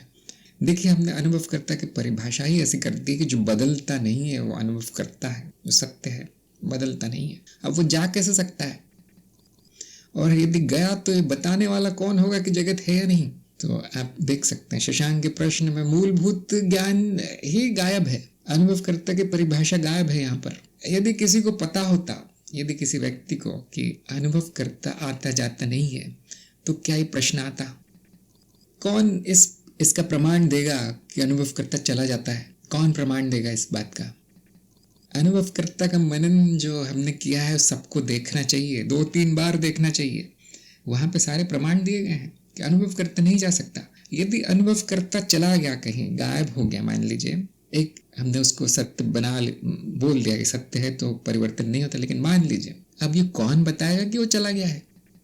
और यदि बताने वाला वहां है, खड़ा है, वहां देख रहा है कि हाँ ये देखो अनुभवकर्ता चला गया है यहाँ से, तो जो बताने वाला है वो स्वयं अनुभव करता है फिर तो, क्योंकि अनुभवकर्ता के अलावा कोई और नहीं बता सकता कि कुछ आया है, गया है। तार्किक दृष्टि से असंभव है कि अनुभवकर्ता चला जाए। और यदि हम कहते हैं चला गया अनुभवकर्ता, तो उसकी स्थापना असंभव है। ये स्थापना शब्द में बहुत उपयोग करता हूँ। आप व्याप्ति बोल सकते हैं, आप प्रमाण देना बोल सकते हैं, सिद्ध करना बोल सकते हैं, बहुत से शब्द हैं इसके लिए। मैं कहता हूँ इस बात स्थापित कैसे होगी कि अनुभवकर्ता चला गया है? उसके लिए आपको अनुभवकर्ता को लाना पड़ेगा। पहले से एक अनुभवकर्ता वहाँ मौजूद होना चाहिए जो देख रहा है ये अनुभवकर्ता को जाते हुए। अब वो संभव नहीं है, अनुभवकर्ता तो एक ही है, दूसरा अनुभवकर्ता आप ला नहीं सकते, स्थापना नहीं होगी इस बात की। इसलिए कहना ही अर्थहीन होगा कि अनुभवकर्ता न हो तो जगत नहीं होगा। इसकी स्थापना असंभव है इस बात की। इसीलिए हम मूल से शुरू करते हैं। अनुभवकर्ता जो परिवर्तनहीन है, जिसमें परिवर्तन नहीं होता, जो सत्य है, तो सत्य से असत्य नहीं आ सकता, ये बड़ा तार्किक है। और यदि अनुभवकर्ता चला जाता है तो फिर उसको सत्य के सिंहासन से हटाना पड़ेगा। अब क्या सत्य रह गया? अब तो कुछ भी सत्य नहीं रहेगा। फिर क्या ऐसा हो सकता है कुछ भी सत्य ना हो? तो फिर तो अस्तित्व भी ना नहीं हुआ, ना के बराबर हुआ फिर अस्तित्व। और वो कहना भी अर्थहीन होगा कि अस्तित्व नहीं है। क्यों, कौन कह रहा है अस्तित्व नहीं है? किसने स्थापना कर दी अस्तित्व के ना होने की? जिसने भी की है वो स्वयं अस्तित्व में ही है, अस्तित्व का ही भाग है। इसलिए अस्तित्व शब्द बड़ा महत्वपूर्ण शब्द है, सबको ध्यान रखना चाहिए। जब मैं अस्तित्व कहता हूँ तो उसका अर्थ ये है कि अब कुछ नहीं हो सकता उसका, न आएगा न जाएगा, न रहेगा न बनेगा न बिगड़ेगा, कुछ भी नहीं हो सकता उसका। सबसे पहले हम ऐसे ही शुरू करते हैं। जो सबसे पहला जो मनन हमने किया था वो किस बारे में था? अस्तित्व के बारे में था। ये सब जो हमने वीडियो वगैरह बनाए हैं, मनन किया है, किस क्रम से किया है उसमें भी बड़ा रहस्य है। और कोई क्रम नहीं हो सकता। जो मैंने क्रम दिया है वहाँ मनन का, उसके अलावा आप मनन करने जाएंगे तो सब गलत होगा। हर छोटी से छोटी बात का अर्थ है यहाँ बोधि वार्ता में। आप पूछ सकते थे कि आपने पहले चित्त पर क्यों नहीं करवा दिया मनन? बहुत अच्छी चीज़ है, चित्त तो बड़ी रोचक बात है। ये अस्तित्व जिसको ऐसा लगता है कि किसी ने मन गणन बना दिए हैं शब्द, उस पर क्यों मनन करवा दिया पहले? अब वो ऐसा ही हो गया कि आप बालकनी बनाने का प्रयास कर रहे हैं लेकिन पहली मंजिल गायब है। आप घर बनाने का प्रयास कर रहे हैं, नींव नहीं खोदी है आपने। फाउंडेशन है ना, फाउंडेशन से शुरू होता है, नींव से शुरू होता है, मूल ज्ञान से शुरू होता है मनन भी। इसीलिए मैं कहता हूँ मूलभूत प्रश्न करना सीखना चाहिए सबको। इसीलिए मेरा सारा का सारा जो वजन है, जो मतलब मैं, देखिए यहाँ पर ज्ञान बारे में कितनी बातें हैं, हजारों बातें हैं जिनके बारे में हम चर्चा कर सकते हैं। आपने देखा होगा बार बार मैं एकदम जो मूलभूत ज्ञान है वहाँ पर आ जाता हूँ। क्यों? कभी कभी हम जो दूसरे विषय हैं, माया के विषय को लेकर भी बैठ जाते हैं, उसकी भी चर्चा करते हैं। लेकिन जब मैं देखता हूँ कि अज्ञान तो वैसा ही रह गया, बड़े अच्छे अच्छे विषय आ गए यहाँ पर, लेकिन अज्ञान तो वैसा ही रह गया, तो फिर मुझे नीचे आना ही पड़ता है, फिर पहली मंजिल नींव पर आना ही पड़ता है। तो शशांक के प्रश्न का ये उत्तर है कि जो प्रश्न स्थापित नहीं हो रहा है यहाँ पे। हम ये नहीं कह सकते कि अनुभव करता है इसलिए जगत है, कह नहीं सकते। इसलिए इसका एक और कारण है कि जगत नहीं है। यहाँ पर एक और मान्यता आपकी आ गई है प्रश्न के दूसरे भाग में कि आपने जगत को सत्य मान लिया है। जगत का अर्थ ही एक नहीं है, वो चित्त की जो अवस्था है जागृति की, उस पर निर्भर है जगत, अनुभवकर्ता पर नहीं। जगत और अनुभवकर्ता को मिलाना नहीं चाहिए। आग और पानी को नहीं मिला सकते आप, दूध और पानी को मिला सकते हैं, हाँ वो संभव है। आप चित्त को जगत को मिला सकते हैं, वो हमने मिलाया भी है उसको। मैंने बड़ा जगत की परिभाषा ही ऐसे की है, जागृति में जो अनुभव होते हैं वो जगत है, वो मिला सकते हैं आप। चित्त को कारण बता सकते हैं आप जगत का। चित्त नहीं होगा तो जगत नहीं होगा, जो कि सबका अनुभव है। आप स्मृति हटा दीजिए, चित्त क्या है? स्मृति है एक तरह की, स्मृति हटा दीजिए, जगत नहीं बचेगा। स्मृति से मेरा अर्थ है अब मनुष्य की स्मृति नहीं, विश्व स्मृति। विश्व स्मृति को हटा दीजिए, सारी वस्तुएं गायब हो जाएंगी। क्योंकि वस्तु क्या है? नाद रचना है जो स्मृति में चिपक गई है थोड़ी देर के लिए। स्मृति हट गई, चित्त हट गया, कैसी नाद रचना फिर? इसलिए हम कहते हैं कि जगत चित्त निर्मित है, स्वप्न है, इस विश्व चित्त का स्वप्न है। जैसे मनुष्य के चित्त का से जो रात में स्वप्न निर्मित होता है, उसी तरह जागृति का स्वप्न विश्व चित्त से या महाचित्त से निर्मित होता है। वो स्मृति प्रकट है अभी आपके सामने, और कुछ नहीं है। ये अनुभव करता अब आता नहीं है यहाँ सीन में, क्योंकि वो अनुभव करता तो नींव है, अब नहीं दिखाई देगा वो, अब पूरी तरह से माया में हम। और अब ये प्रश्न आते हैं बड़े बड़े कि चित्त ने जगत कैसे निर्मित कर दिया, माया में कौन माया में क्या उत्तर दूं मैं? माया का उत्तर भी मायावी होता है, किसी के पास उत्तर नहीं है इन बातों के। जब मैंने कह दिया जगत मिथ्या है, वह अंत हो जाना चाहिए प्रश्नों का। या फिर आपका प्रश्न ये होना चाहिए कि मुझे बताइए जगत मिथ्या क्यों है। यदि मैं कहता हूँ कि भैया शशांक के पास 4 भैंसें नहीं है, अब शशांक कहता है मुझे गिनती करके बताइए कि भैंसों की कितनी है मेरे पास भैंसें। आपने कहानी सुनी होगी ना, जो शेख चिल्ली या किसकी कहानी थी कि एक दिन बैठ के भैंसे गिन रहा था, 1 2 3 4। लोगों ने कहा भाई क्या कर रहे हो? मैं भैंसे गिन रहा हूँ, लेकिन तुम्हारे पास तो नहीं है। तो कहता तो क्या हुआ, होती तो गिनना कठिन था, नहीं है इसलिए तो गिन रहा हूँ। तो इस तरह की जो गलतियां हैं लोग करते हैं कि भैंसे गिन रहे हैं यहाँ, लेकिन है नहीं। जगत बन कैसे गया? कौन है निर्माता इस जगत का? पहले ये तो स्थापित कर लो जगत है भी या नहीं। निर्माता बाद में आएगा, निर्माण है या नहीं वहां पर। आपने भैंस का चारा खरीद लिया लेकिन भैंस नहीं है, अब बड़ा कठिन हो जाएगा। तो मैं वैसे मजाक में कह रहा हूँ, लेकिन ये अद्वैत में कोई भी प्रश्न करने से पहले आपको एक बार देख लेना चाहिए। मिथ्या के बारे में बात कर रहा हूँ, सत्य के बारे में बात कर रहा हूँ, मैंने दोनों को मिला तो नहीं दिया है कहीं गलती से। होता है, हम करते हैं इस तरह की गलती, और मैं तो कई वर्षों तक ये गलती करता रहा। कई वर्षों तक समझने में समय लग गया कि सत्य क्या है मिथ्या क्या है, दो मिलाता रहा दोनों को, आग और पानी को। अब क्यों नहीं मिलता ये मान लीजिए पानी और तेल को मिलाने का प्रयास, थोड़ा सा आप हिला दें उसको जोर लगा के, तो पानी और तेल मिल जाते हैं, लेकिन 5 मिनट बाद तेल अलग पानी अलग, जमता नहीं है, वो कहीं तार्किक नहीं होता। जगत की परिभाषा ये है कि वो स्वप्न है, स्वप्न की परिभाषा ये है कि वो हुआ नहीं, हुआ नहीं तो बना नहीं, बना नहीं तो बनाने वाला भी नहीं। जो शास्त्रों में बताया जाता है सांप के उदाहरण में, रस्सी से सांप नहीं बना, आप क्यों पूछते हो कि सांप किसने बनाया? बहुत से लोग हैं जो पूछेंगे जगत नहीं बना दिखता क्यों है? नहीं है तो दिखता क्यों? दिखना भी नहीं चाहिए, है ना? ये बड़ा प्रश्न है, क्यों दिखता है जगत? ध्यान रखिए इस बात का कि जगत जो भी है उसके पीछे नाद रचनाएं है, और वो शून्यता है, हमें शून्यता दिखाई देती है। जगत जो प्रतीत होता है वो संभावनाएं हैं प्रतीत होने की, उसके अलावा कुछ भी नहीं है, और इसके आगे बुद्धि नहीं जाती। मैं आपको ईमानदारी से बताता हूँ, मेरी बुद्धि नहीं जाती इसके आगे। क्यों है माया? कहाँ से आ गई माया? और यही माया क्यों है, दूसरी माया क्यों नहीं है? इसका एक ही अर्थ होता है, एक ही उत्तर आता है कि इस अस्तित्व में अनंत संभावनाएं हैं, और वो संभावनाएं ऐसी प्रकट होती है माया रूप में, बस इसके अलावा कोई उत्तर नहीं आता। हमें कोई प्रक्रिया नहीं दिखाई देती कि माया आ कहाँ से गई, किसने इसकी रचना कर दी, कुछ नहीं दिखाई देगा। क्यों? क्योंकि अंत में वहां पे शून्यता है, अंत में वहां पे कुछ भी नहीं है, केवल संभावना मात्र है। इसके अलावा मेरी कुछ समझ में नहीं आता। अब बहुत जोर देंगे, नहीं नहीं कहीं से लेके आइए, इसका निर्माण किसने किया? अब ऐसे लोगों के लिए देखिए, कभी कभी गुरु लोग भी पीछा छुड़ाने के लिए झूठ बोलते हैं कि आज इसकी समझ में नहीं आएगा, अभी तो इसकी आयु 25 साल भी नहीं हुई है, इसको कुछ नहीं आएगा। तो थोड़ी देर के लिए ताकि वो चित्त रुक जाए, शांत हो जाए, बना दिया जाता है उसका निर्माता। जैसे पवन ने कहा था, विश्व चित्त निर्माण कर दिया है इस जगत का। अब ये जानकर वो शिष्य बड़ा खुश होता है कि मुझे आज ज्ञान हो गया मुझे ज्ञान हो गया कि इस जगत का निर्माता कौन है, और चला जाता है।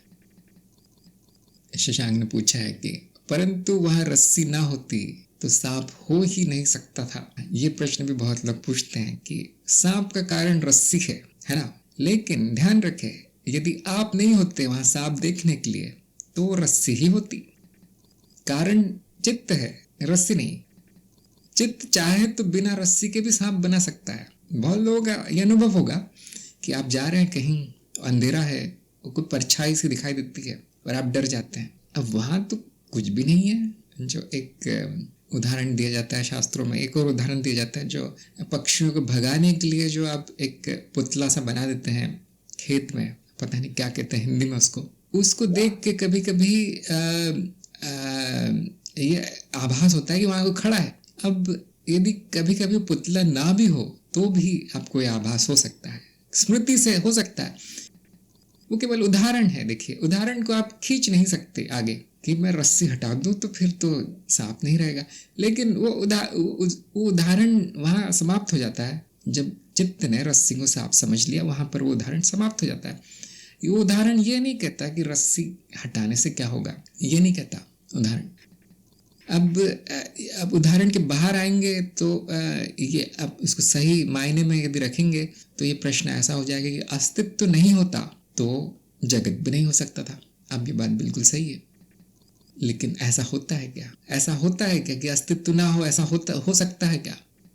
ठीक है, क्योंकि रस्सी उदाहरण में आपने लाई है तो उदाहरण से रस्सी हटाई जा सकती है, लेकिन वो फिर उदाहरण की हत्या हो गई वहां तो आपने उदाहरण को मार डाला। वहां पे उदाहरण की शुरुआत रस्सी से होती है, लेकिन आप इसको तथ्यों पर आधारित है ना, उदाहरण हटाकर आप बोलना चाहें कि जगत तभी संभव है जब अस्तित्व संभव है। हाँ, बिल्कुल सही है, लेकिन किसी ने अस्तित्व को जाते हुए देखा है क्या? नहीं। तो अब तो अब इस बात में कोई मतलब नहीं रह जाता, कोई अर्थ नहीं रह जाता। लेकिन हम क्या देखते हैं कि अस्तित्व का ना होना असंभव है, और इसीलिए जगत का ना होना भी असंभव है। अर्थात अस्तित्व है तो अनंत संभावना है उसमें, और उसमें से संभावना पहले से जगत के होने की। ध्यान रखें, अस्तित्व समयहीन है, समय नहीं है वहाँ पर। तो अस्तित्व जगत पहले से है, सब कुछ पहले से वहाँ पर। आया नहीं जगत और गया नहीं, क्यों? क्योंकि समय नहीं। समय जगत में है, मिथ्या के रूप में दिखाई देता है। जगत समय में नहीं है, इसलिए वो न आ सकता है न जा सकता है। क्यों? क्योंकि न अस्तित्व आ सकता है न जा सकता है। अब इसको आप उदाहरण स्वरूप लेना चाहें तो ऐसी रस्सी की कल्पना कीजिए जो नहीं हटाई जा सकती वहां से। जैसे पर्वत की कल्पना कीजिए कि पर्वत है जिसको आप नहीं हटाया जा सकता। अब आप उस पर कोई उदाहरण बना सकते हैं कि यदि पर्वत मान लीजिए दूर से चमकता हुआ सोने की तरह दिखाई देता है, जब सूरज ढल रहा हो तो बर्फ की वजह से वो ऐसा लगता है सोने से मढ़ा है वो पर्वत। अब आप कह सकते हैं कि पर्वत नहीं होता तो सोना नहीं होता, कह सकते हैं क्या? नहीं, क्योंकि पर्वत को हटाया नहीं जा सकता वहां से। इसी तरह से आप रेगिस्तान और जो मरीचिका जो होती है रेगिस्तान में, जिसके पीछे हिरण भागता है पानी के पीछे, वो उदाहरण ले लीजिए। आप रस्सी को भूल जाइए थोड़ी देर के लिए, क्योंकि रस्सी में तो संभावना है कि कोई हटा लेगा रस्सी को तो वहाँ पे आपकी बुद्धि खेल रही है आपके साथ। बुद्धि में से वो ज्ञान जा चुका है रस्सी का और सांप का। बुद्धि कहीं भटक रही है, रस्सी को भी हटा रही है वहाँ से। देखो रस्सी को हटा के सांप जाता है या नहीं। ये खेल नहीं खेलना है आपको। उदाहरण की सीमा होती है, उपमा की सीमा होती है। तो आप वो छोड़ दीजिए, आप ये ले लीजिए, इसको रेगिस्तान का उदाहरण ले लीजिए। अब रेगिस्तान को नहीं हटा सकते। आप कह नहीं सकते कि रेगिस्तान नहीं होता तो फिर पानी दिखाई नहीं देता वहाँ, ये नहीं कह सकते आप। बुद्धि आपको हिला सकती है, रेगिस्तान को भी हिला सकती है वहाँ से, लेकिन उसका क्या अर्थ है? उस उपमा का? यदि उस उपमा को तोड़ दिया जाए तो उसका क्या अर्थ है? तो शशांक मुझे बताइए, रस्सी का अर्थ यहाँ पे अस्तित्व है या अनुभव करता है? किसने देखा है उसको हटते हुए, अनुभव करता को जाते हुए? कौन कह सकता है कि अनुभव करता ना होता तो जगत ना होता, अस्तित्व ना होता तो जगत ना होता? ये कहना कितना उचित है, किस तर्क पर आधारित है ये? तो इस बारे में थोड़ा सोचिए। देखिए बुद्धि कैसे कैसे चक्रव्यूह, बड़ा विचित्र है ये बुद्धि का खेल। क्या क्या नहीं रचती बुद्धि, छोड़ना नहीं चाहती अपनी मान्यता। शशांक के प्रश्न आए हैं अनुभव मूलभूत तत्व और प्रकार पे। इनका एक प्रश्न है, यदि किसी का प्रश्न और हो तो आप पूछ सकते हैं कि अनुभव नियमित है, कई अनुभव वृत्त में भी चलते हैं, ऐसा कैसे होता है? क्या यह सत्य है कि नाद रचनाओं में नियम निहित है और उसी नियम का हमें अनुभव में ज्ञान होता है? तो बिल्कुल सही बात है आपकी कि अनुभव वृत्त में चलते हैं, चक्रीय अनुभव कहलाते हैं। तो हाँ, वृत्त में क्यों चलते हैं नियम, चक्रीय क्यों है? ये चित्त का नियम है कि चक्र में ही चलता है सब कुछ। क्यों? क्योंकि सारे अनुभव नाद पर आधारित है, और नाद का अर्थ ही होता है जो चक्र में चले वो नाद होता है।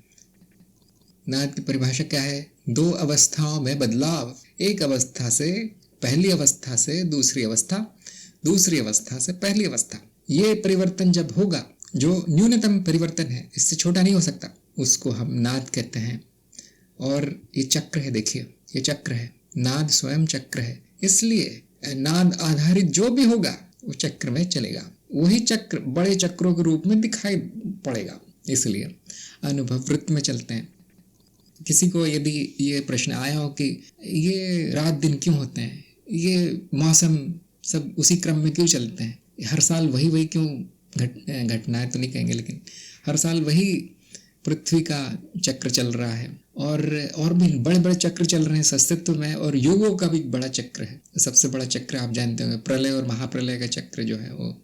ये चक्र आए कहाँ से? ये चक्रीय प्रक्रियाएं आई कहाँ से? तो इसका बड़ा तार्किक उत्तर है कि सब कुछ चक्र पर ही आधारित है। वही छोटा चक्र बड़े रूप में दिखाई देता है, सब कुछ उसी पर आधारित है, उसी नाद पर आधारित है जो चक्र में चल रहा है। और आपको किसी को रुचि होगी तो जो हमारे प्राचीन ऋषि मुनि थे, उन्होंने करोड़ों साल के चक्र निकाल दिए, किसी पता नहीं कैसे खोजे उन्होंने। अब तो बड़ा कठिन है बताना कैसे खोजे। और यहाँ तक कि जो एक सेकंड होता है उसके 1000वें भाग, उसके 1,00,000वें भाग तक के चक्र उन्होंने ढूंढ के निकाले। सब कुछ मिलेगा आपको इंटरनेट पर, आजकल सब कुछ मिलेगा, ये बातें मिलेंगी कि ऐसा संसार में किसी देश में नहीं हुआ जो भारत में हुआ। अभी हम माइक्रो सेकंड की बात करते हैं, अभी हम मिली सेकंड की बात करते हैं, ये सब पहले हो चुका है इस देश में। अब उन्होंने ये मात्राएं, छोटी छोटी मात्राएं निकाली समय को नापने की, इतनी छोटी जिनके लिए उनके पास उपकरण भी नहीं थे जानने के लिए, उनके पास मशीनें नहीं थी इतनी छोटी चीज नापने की। अब प्रश्न ये आता है कि चलो ठीक है, मनगढ़ंत बना भी दिए हो, लेकिन क्या नापते थे वो? इतने छोटे अंकों की और इतने बड़े अंकों की आवश्यकता क्यों पड़ गई? क्योंकि हम तब तक उपयोग नहीं करेंगे इतना बड़ा अंक या इतना छोटा अंक। जैसे बिंदु के बाद 50 जीरो है, उसके बाद 1। अब इस अंक की क्यों आवश्यकता पड़ गई इन लोगों को, ये प्राचीन गुफा में रहने वाले असभ्य इंसानों को? अब ये कोई नहीं बता सकता, ये कोई इतिहास नहीं बताएगा, या कोई वैज्ञानिक नहीं बताएगा। हाँ, ज्ञानी बता सकता है, योगी बता सकता है, तांत्रिक बता सकता है। जिन्होंने चित्त का अनुभव लिया है, जिन्होंने चित्त पर अनुसंधान किया है, वो बता सकता है कि ये लोग गुफा में रहने वाले जंगली असभ्य लोग नहीं थे।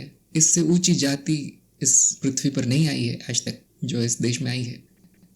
बड़ी विचित्र बात है। जो फिट नहीं होता लोगों की कहानी में, उसको हटा दिया जाता है। अरे ये उनकी कल्पना है, मनगढ़ंत। लेकिन जब उनकी बातें सुनते हैं, उनकी भाषा देखते हैं, तो हमें पता चलता है उन्होंने कुछ किया है। उन्होंने उस नाद को भी ढूंढ निकाला है जो इतना छोटा सा है, और इसीलिए उस नाद पर नियंत्रण कर पाए। इसीलिए वही ऋषि मुनि आज नए नए विश्वों का निर्माण कर रहे हैं कहीं बैठकर। और हम सभी वो करेंगे एक दिन, हम सभी के पास वो ज्ञान आएगा एक दिन। इसलिए मैं कहता रहता हूँ, जो नष्ट हो गया उसका हमें अनुसंधान करना है, हमें इस ज्ञान को वापस लाना है। बोधि वार्ता में यही प्रयास हुआ है। प्रश्न नंबर 2, नाद रचनाओं का अस्तित्व नहीं है, ऐसा कैसे कहा जा सकता है? क्योंकि जो अज्ञेय है उसके होने या न होने की घोषणा कैसे संभव है? नाद रचनाओं का अस्तित्व नहीं, हमने क्यों कहा है? क्योंकि नाद रचना मनगढ़ंत है, मॉडल है, सैद्धांतिक है, काल्पनिक है, परिकल्पना है। मैं ये कहता हूँ कि अज्ञेय है, लेकिन वो गलत है। पता नहीं मैंने कहीं कहा होगा, लेकिन वो गलत है। क्यों? क्योंकि मेरी बनाई हुई है ये नाद रचना है, मैंने मनगढ़ंत बनाई है, उनका कोई अस्तित्व नहीं है। ऐसा कुछ नहीं दिखाई देगा आपको, तन मात्राएं दिखाई देती हैं, आपको नाद नहीं दिखाई देता। इस बात का आप ध्यान रखें। गणपत का एक प्रश्न है जो मैं लेना चाहता हूँ, एक सेकंड। बहुत ऊपर इन्होंने प्रश्न किया था गणपत ने कि भ्रम और भय बढ़ने का कारण क्या है? क्या ये अहम का नाश होने के कारण अहम द्वारा होता है, या ये बुद्धि में अशुद्धि होने के कारण हो रहा है? ये रात को आभास होते हैं। देखिए, अशुद्धि पहले से है। जब चेतना का संचार होता है तो अशुद्धि बाहर आती है। यह अशुद्धि बहुत रूपों में दिखाई दे सकती है। जो आपको डर लगता है, यदि लगता है तो बहुत लोगों को डर लगेगा, बहुत लोगों को गुस्सा आएगा, बहुत तेज क्रोध, कुछ लोगों को रोना आएगा, कुछ लोगों की भावनाएं तेज हो जाती है, कुछ लोगों की काम वासना बड़ी तेज हो जाती है। ये जो प्रभाव दिखाई देते हैं वो चित्त की शुद्धि के प्रभाव है। चित्त की शुद्धि हो रही है, उस कारण ये आप कहते हैं ना अतिरिक्त प्रभाव दिखाई देते हैं, साइड इफेक्ट दिखाई देते हैं, जिसके बारे में मैंने कहीं कहा है, अब मुझे याद नहीं कहाँ कहा है मैंने, बोधि वार्ता में कहा है मैंने कि ये प्रभाव दिखाई देंगे। हाँ, ये जो मैंने प्रयोग बताया है उसी में मैंने कहीं बताया होगा कि इस तरह के अचानक बढ़ गया, और वो तभी बढ़ा है जब आपने साधना शुरू की है, आपने प्रयोग शुरू किए हैं, तब ठीक उसी समय ये इस तरह के भ्रम आने लगे हैं, या फिर जो जिसको कहते हैं ना मिथ्याभास होने लगा है, और डर लगने लगा है, कोई तरह तरह की भावनाएं आने लगी मन में, बुद्धि भी विचलित होने लगी, चलना बंद कर दिया बुद्धि ने, गलतियां होने लगी है। तो इसका अर्थ है कि अशुद्धि पहले से थी, संपूर्ण चित्त में अशुद्धि थी, बुद्धि में नहीं। कहीं भी हो सकती है अशुद्धि, जैसे कि योग मार्ग में हम कहेंगे ये चक्र में अशुद्धि होगी या वो चक्र में अशुद्धि होगी, तो इस तरह के प्रभाव आएंगे। तो ये योग मार्ग में उन्होंने ज़्यादा अनुसंधान किया है। ज्ञान मार्ग में हम केवल इतना कहते हैं कि कोई अशुद्धि है चित्त की किसी परत में, वो प्रकट हो रही, तो घबराने की बात नहीं है। जैसी अशुद्धि दूर होगी, वो जो उसके जो प्रभाव हैं वो भी चले जाएंगे। अहम का इसमें कुछ रोल नहीं है। अहम अपने आप में एक प्रक्रिया है, और हम कहते हैं कि ये अहम कर रहा है, वो अहम कर रहा है, जो भी हो रहा है वो चित्त में हो रहा है। पवन ने पूछा है कि संकल्प स्मृति का ही व्यापार है? व्यापार से आपका क्या अर्थ है? कुछ लेना देना चल रहा है स्मृति में, या कुछ और पूछना चाहते हैं कि स्मृति को कुछ मिलता है, स्मृति कुछ का कुछ खोता है? इसको आप थोड़ी आम भाषा में लिखिए, साफ भाषा में। तब तक मैं इनका प्रश्न लेता हूँ शशांक का कि क्या कभी ऐसी अवस्था संभव है जिससे अनुभव विहीन कहा जा सके? क्या आपने स्वप्न रहित निद्रा का अनुभव किया है? कृपया उसके बारे में बताइए। स्वप्न रहित निद्रा का अनुभव हम सभी ने किया है। हो सकता है कि आपको याद ना रहा हो, स्मृति न बनी हो उसकी, सबने किया है। अब ये अनुभव क्या अनुभवहीनता है? नहीं, ये स्वप्न रहित निद्रा का अनुभव है। बहुत आसान है बताना।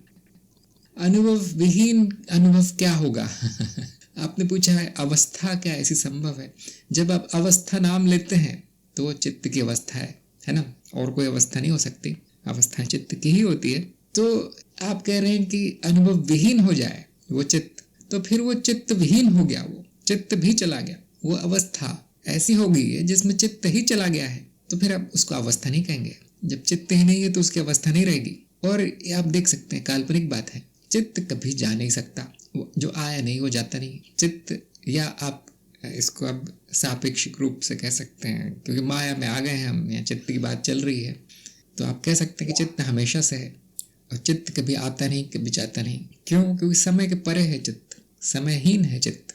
समय की जो परिकल्पना वो चित्त के अंदर बनती है, और कुछ ही जीवों को बनाना संभव है समय की कल्पना। तो जब हम ऐसी अवस्था की कल्पना करते हैं जो अनुभवहीन है, तो वहां पे जो अनुभव का कारण है वो चला जाना चाहिए।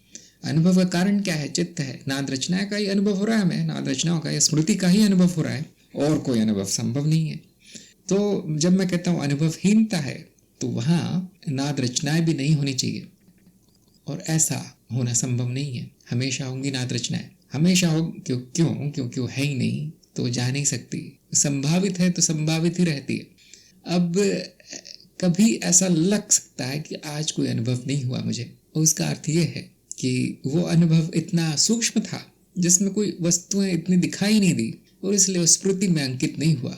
और हम जब वो अनुभव समाप्त होता है तो हम कहते हैं कि मुझे कोई अनुभव नहीं हुआ, अनुभवहीन स्थिति में था। लेकिन ये कहना पूरी तरह गलत है। यदि आप वापस आ गए हैं उस अनुभव से, तो एक अनुभव होने के बाद अनुभव कटने का अनुभव, और उस अनुभवहीन स्थिति का अनुभव, और फिर अनुभव शुरू होने का अनुभव, ये सारे इस क्रम में हुए होंगे। और यदि आपकी स्मृति है, आपको ये बताना पड़ेगा कि पहले अनुभव था, फिर एक स्थिति आई जिसमें अनुभव नहीं था, फिर एक स्थिति आई जिसमें अनुभव शुरू हो गया। अब ये संपूर्ण, आप तीनों अवस्थाएं ले लें तो ये संपूर्ण अवस्था एक अनुभव है। इसलिए हम कह सकते हैं कि हमें आभास हुआ, अनुभव चला गया, लेकिन है तो संपूर्ण अनुभव एक, नहीं तो उसके बारे में कहना भी असंभव था। इसलिए जो भी समयहीन है, जो भी समय में नहीं है, उसके आने जाने की बात करना अर्थहीन हो जाता है। जैसे मैं कभी कहता नहीं हूँ कि नाद रचनाएं आती जाती है, कभी कहता नहीं हूँ कि चित्त आता जाता है, मैं कभी नहीं कहता कि अस्तित्व, अनुभव करता, अनुभव क्रिया आते जाते हैं, कभी नहीं। एक तरह का अनुभव आता है, दूसरी तरह का अनुभव जाता है, इस तरह से हो रहा है, ये कह सकते हैं। जैसे शरीर आता जाता है, बिल्कुल सही बात है। भावनाएं आती जाती है, बिल्कुल सही बात है। लेकिन क्या भावनाओं के जाने के बाद अभाव हो जाता है? नहीं, कुछ और आता है।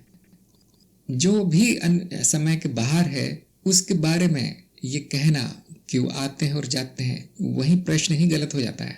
जैसे आपने कह दिया ऐसी कौन सी अवस्था है जिसमें अनुभव चला जाता है, ये प्रश्न ही गलत हो गया। क्यों? क्योंकि अनुभव के बारे में ये कहा नहीं जा सकता कि वो जाता है और आता है, हमेशा होता है। क्यों? समयहीनता है। समय अनुभव में होने वाली एक परिकल्पना है, मनगढ़ंत है। अनुभव समय में नहीं हो रहा, समय अनुभव में हो रहा है, या समय का अनुभव हो रहा है, ऐसा कह सकते। यदि समय पहले से होता, उसमें अनुभव हो रहे होते, तो वो समय अनुभव होता, फिर वो समय एक अपने आप में एक अनुभव होता। फिर ये कहना कि उसमें एक नया अनुभव शुरू हो गया, वो फिर घटना होती, वो अनुभव नहीं होता। फिर इस तरह से तार्किक रूप में आप देख सकते हैं, और इसी तरह से अप्रोक्ष अनुभव के माध्यम से भी देख सकते हैं कि मुझे तो आज तक ऐसा नहीं अनुभव हुआ जिसमें अनुभव चला गया हो। आभास जरूर होता है, और वो इसलिए होता है क्योंकि या तो स्मृति नहीं होती, और स्मृति भी होती है लेकिन विस्मृति हो जाती है, अर्थात याददाश्त नहीं होती उसकी, याद नहीं हो पाता, स्मरण नहीं होता उसका। स्मृति और स्मरण में बड़ा अंतर है। देखिए, कभी कभी स्मृति होती है हर चीज की, लेकिन स्मरण नहीं होता उसका, अभी नहीं दिखाई दे रहा हो लेकिन स्मृति में पड़ा है कहीं। जो हम रोज करते हैं, ये बात रोज होती है कि जब हम सोते हैं, निद्रावस्था में होते हैं, वो सब स्मृति में जा रहा है कहीं, लेकिन वो इतना बोरियत भरा है, जागृति के लिए कोई काम का नहीं है, तो उसका स्मरण नहीं आता। और हम ये सोचते हैं कि मैं अचेतन था, ना अनुभव करता था, ना अनुभव था। ये पूरी तरह गलत है बात। स्मृति नहीं थी। कुछ लोग कहेंगे चित्तवृत्ति नहीं थी। हाँ, बहुत सारी चित्तवृत्तियां जो जागृति में होती है वो नहीं थी। निद्रा की अवस्था ऐसी है जिसमें जागृति नहीं होती। बहुत सरल है जानना, नहीं तो हम उसको निद्रा क्यों कहते हैं, उसको जागृति कहते हैं। जागृति में जो चित्तवृत्ति चलती है, संज्ञाओं की, इंद्रियों की, वो सब नहीं होती। लेकिन चित्तवृत्ति बंद भी नहीं होती। कौन सी चित्तवृत्ति चलती है? कारण शरीर की। कारण शरीर की चित्तवृत्ति कभी बंद नहीं होती, वो अमर है, वो नहीं बंद होता कभी। जो योग निद्रा में गया है उसको इस सारा अनुभव होगा, ये मैं लिख के देता हूँ गारंटी के साथ।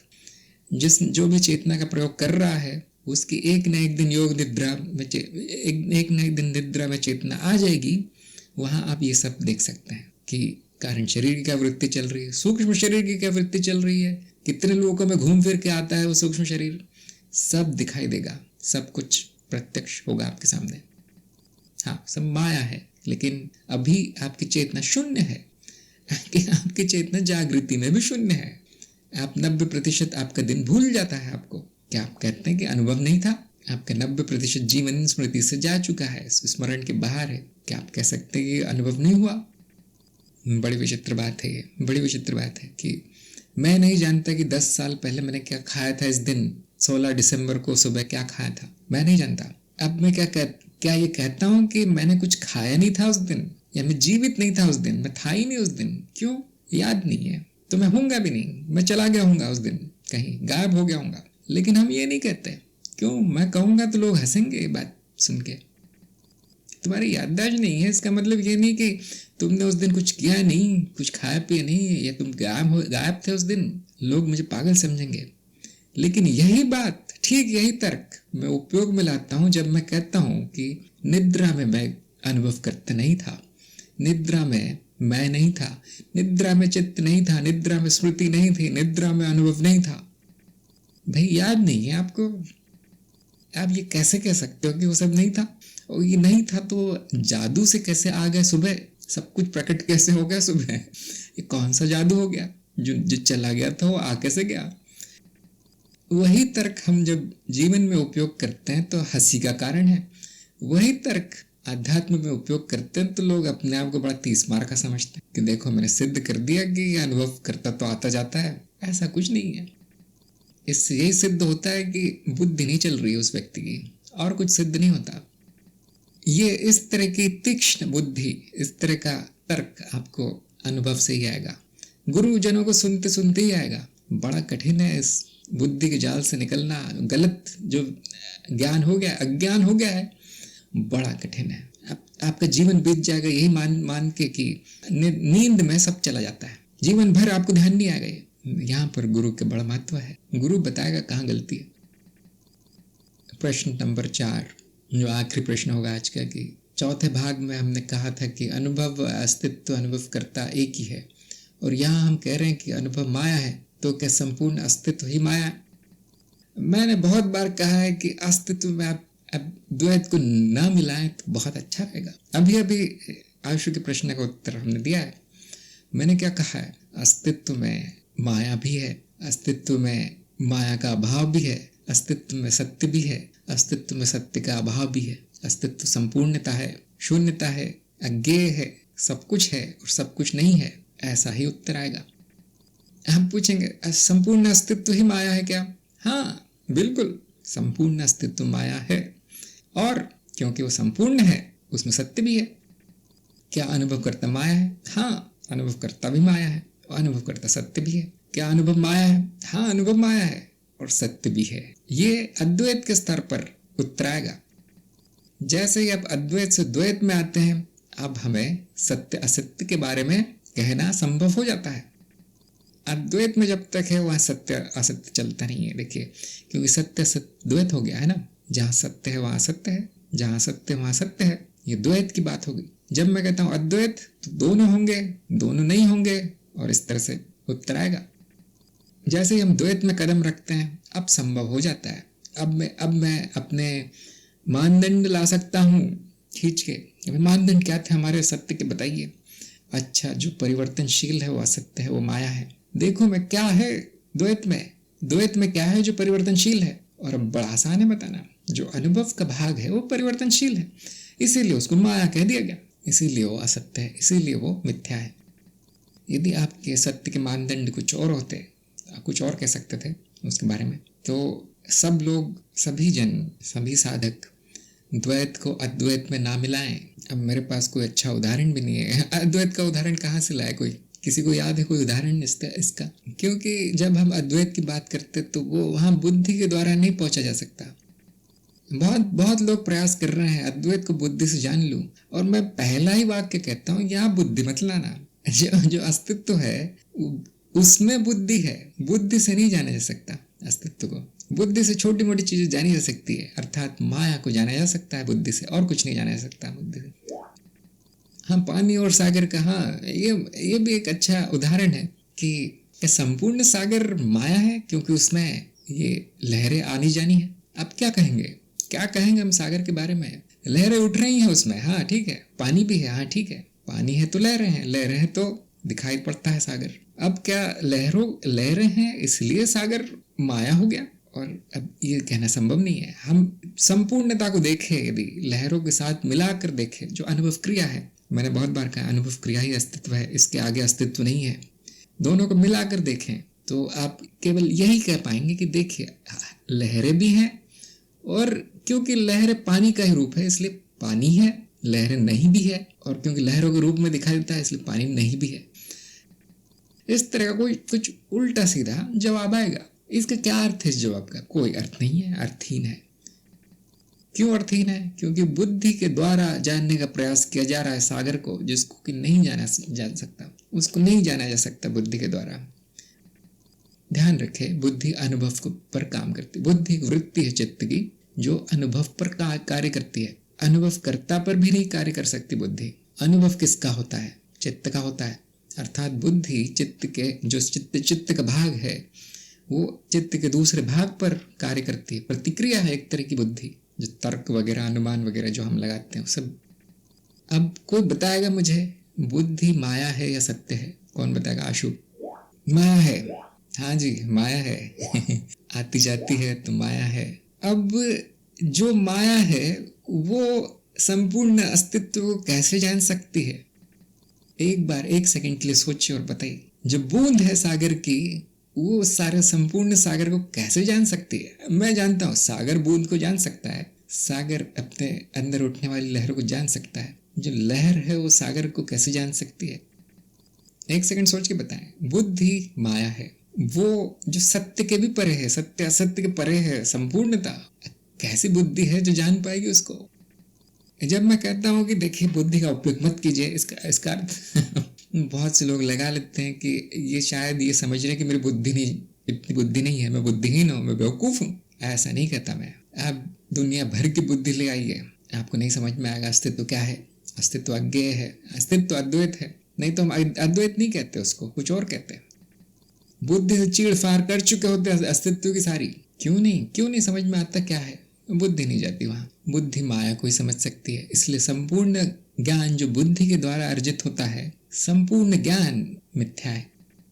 हमारा सारा का सारा ज्ञान गलत है। ज्ञान अशुद्धि है। सबको पता होगा कि अज्ञान अशुद्धि है। हाँ जी, अज्ञान तो अशुद्धि है, बड़ी अशुद्धि है। यदि आपको सकारात्मक ज्ञान हो रहा है वो भी अशुद्धि है। अभी कल परसों ही मैंने मैसेज भेजा है सबको, सबने देखा होगा। बोधि वार्ता कम्युनिटी में मैंने मैसेज डाला है कि जो सकारात्मक ज्ञान है वो अज्ञान है। अब ये बात बहुत कम लोगों को समझ में आती है, खासतौर से जो ज्ञान मार्ग पर आते हैं वो ये इस उम्मीद के साथ आते हैं कि मुझे तो ज्ञान मिलने वाला है। यहाँ पर कोई ज्ञान नहीं मिलेगा आपको, ज्ञान मार्ग पर कोई ज्ञान नहीं मिलेगा। बुद्धि की थोड़ी कलाकारी देखने को मिलेगी, बस इतना ही मिलेगा। संपूर्ण ज्ञान अशुद्धि है। इसीलिए जो नकारात्मक है, जो घट रहा है, उस पर हमारी आशा टिकी है। हम चाहते हैं सारा घट जाए, कुछ ना बचे। अब शून्यता को देखने का काम शून्यता ही कर सकती है, ज्ञान नहीं कर सकता। जो माया पर आधारित है वो नहीं कर सकता। इसलिए अंत में सारा अस्तित्व अज्ञेय है। वहां पर ज्ञानी बड़ा खुश है। ज्ञानी के सामने ज्ञान ले आओ तो दुखी हो जाता है, आया कहाँ से, और उसको काटने का प्रयास करता है, उसमें वो गलतियां ढूंढने का प्रयास करता है, क्योंकि बुद्धि आधारित है। अब सत्य नहीं हो सकता। वो जो भी बुद्धि पर आधारित है वो सत्य नहीं हो सकता। बुद्धि स्वयं असत्य है, बुद्धि स्वयं माया का भाग है। आशु ने कहा है कि, किसने कहा है ये, पवन ने कहा है कि बुद्धि का उपयोग बुद्धि से छूटने के लिए, बुद्धि से संबंध विच्छेद करने के लिए है। बिल्कुल सही बात है। बुद्धि का उपयोग बुद्ध होने में है और कोई उपयोग नहीं है उसका। जो सकारात्मक ज्ञान है या अज्ञान है उसको हटाने में बुद्धि का काम है। जैसे शास्त्रों में मिलता है उदाहरण, अब इसको तोड़ना मत भाई कोई, कि जैसे कांटे को निकालने के लिए हम कांटा उपयोग में लाते हैं। आपके हाथ में कांटा लगा है, कैसे निकालूं, दूसरा कांटा तोड़ लेते हैं, उस कांटे से पहला कांटा निकाल देते हैं और दोनों कांटों को फेंक देते हैं। कितने लोगों ने सुना है उदाहरण? आप सभी ने सुना होगा समझा नहीं होगा। दोनों कांटों को फेंकना है आपको। पहला कांटा अज्ञान है, जिस कांटे से अज्ञान को निकाला गया है वो ज्ञान है, दोनों को फेंकना है। यहाँ तक बहुत कम लोग पहुंच पाते हैं, मैंने देखा है, बहुत कम लोग पहुंच पाते हैं। और ये बात बिल्कुल सही कही है पवन ने। बुद्धि को हटाना पड़ेगा आपको। ज्ञानी बनना है तो अज्ञेयता तक पहुंचना पड़ेगा। बुद्धि तक रह जाएंगे तो फिर ज्ञान मार्ग, विफलता मिल गई आपको, सफल नहीं हुआ फिर ज्ञान मार्ग पे। बुद्धि तक रह गए, कुछ नहीं हुआ, फिर कांटा तो अभी भी है। वो जो अज्ञान से जो दुख मिल रहा था वो ज्ञान से दुख मिलेगा। ये क्यों नहीं है, वो क्यों नहीं जानता, मैं ये क्यों नहीं जानता, भाई नहीं जाना जा सकता। जो अस्तित्व है उसको नहीं जाना जा सकता। मैं कभी कभी कहता हूँ जो विश्व चित्त है वो भी अज्ञान में है। क्यों? वो भी माया है, चित्त है। चित्त नहीं जान सकता क्या है सब कुछ। आशु ने कहा कि पानी की दृष्टि से सागर और लहर नहीं है, ये एक ही है। हाँ, पानी को क्या करना है, क्या सागर है क्या लहर, पानी को कुछ नहीं करना। पानी तो खुश है, जैसा है वैसा है। शशांक ने पूछा है बुद्धि के अतिरिक्त भी कोई जानना संभव है क्या? बुद्धि हम उसको कहते हैं जो हमारी तार्किक क्षमता है। और ज्ञान मार्ग में ज्ञान के दो ही साधन हैं, जो हमने बोधिवार्ता में दो ही साधन बताए हैं। पहला है अनुभव, अप्रोक्ष अनुभव, दूसरा है तर्क। जब मैं कहता हूँ तर्क, यहाँ पर अर्थ बुद्धि है, क्योंकि जो तार्किक क्षमता कहाँ पर होती है? बुद्धि में होती है। जिसमें तार्किक क्षमता होती है उसी को हम बुद्धिमान कहते हैं। विवेक, क्या सही है क्या गलत है, ये विवेक जिसमें होता है उसी को हम बुद्धिमान कहते हैं। तो बुद्धि के अतिरिक्त जानने का एक और रास्ता है, वो है अनुभव। ये शशांक के प्रश्न का उत्तर है कि यदि आप बुद्धि का उपयोग ना भी करें तो भी अनुभव के द्वारा ज्ञान संभव है। क्या होगा यहाँ पर कि विवेक का उपयोग ना करने की वजह से अज्ञान भी जमा होगा, फिर जो होता है, जो बहुत लोगों में होता है। 90% उनका ज्ञान जो सोचते हैं कि मैं ज्ञानी हूँ, वो अज्ञान ही होता है। क्यों? विवेक नहीं है, बुद्धि नहीं चलती उनकी। तो इस तरह से जो ज्ञान इकट्ठा किया जाता है वो कचरा होता है, वो ज्ञान नहीं होता। इसीलिए ज्ञानी लोग कह गए जो भी इकट्ठा हुआ वो सारा ही अज्ञान है, सारा फेंक दो, सारा ही कचरा है।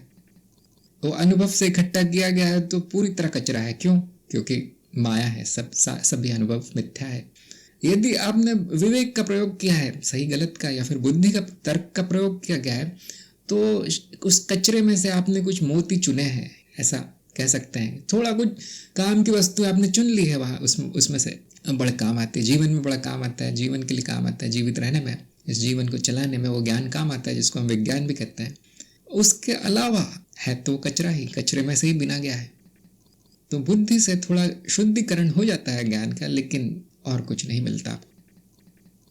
गणपत ने कहा है चेतना के स्वाद क्या है कि बुद्धि फीकी लगती है। हाँ, अच्छी बात कही आपने बहुत। जिनकी चेतना जागृत नहीं है, जो वो बुद्धि पर ही टिके हैं बेचारे, और उनको बुद्धि के ऊपर कुछ नहीं दिखाई देता। इसको योग मार्ग में हम कहते हैं विशुद्धि पर बाधा आ गई है। ग्रंथि, विशुद्धि ग्रंथि बड़ी बड़ी बेकार सी ग्रंथि है, बहुत समय लगाती है टूटने में। यहाँ पर पहुंच के व्यक्ति ये कहता है कि मैं सब जान गया हूँ, कुछ भी पूछ लो मैं सब जान गया हूँ, मेरे जो सिद्धांत है वो सही है, मेरा जो सत्य का मापदंड है वो सही है, मेरा जो प्रमाण है वही सही है, आपका सबका गलत है। ये क्या है? बुद्धि भ्रष्ट हो चुकी है यहाँ पे। बुद्धि की अशुद्धि उसको आगे नहीं बढ़ने दे रही।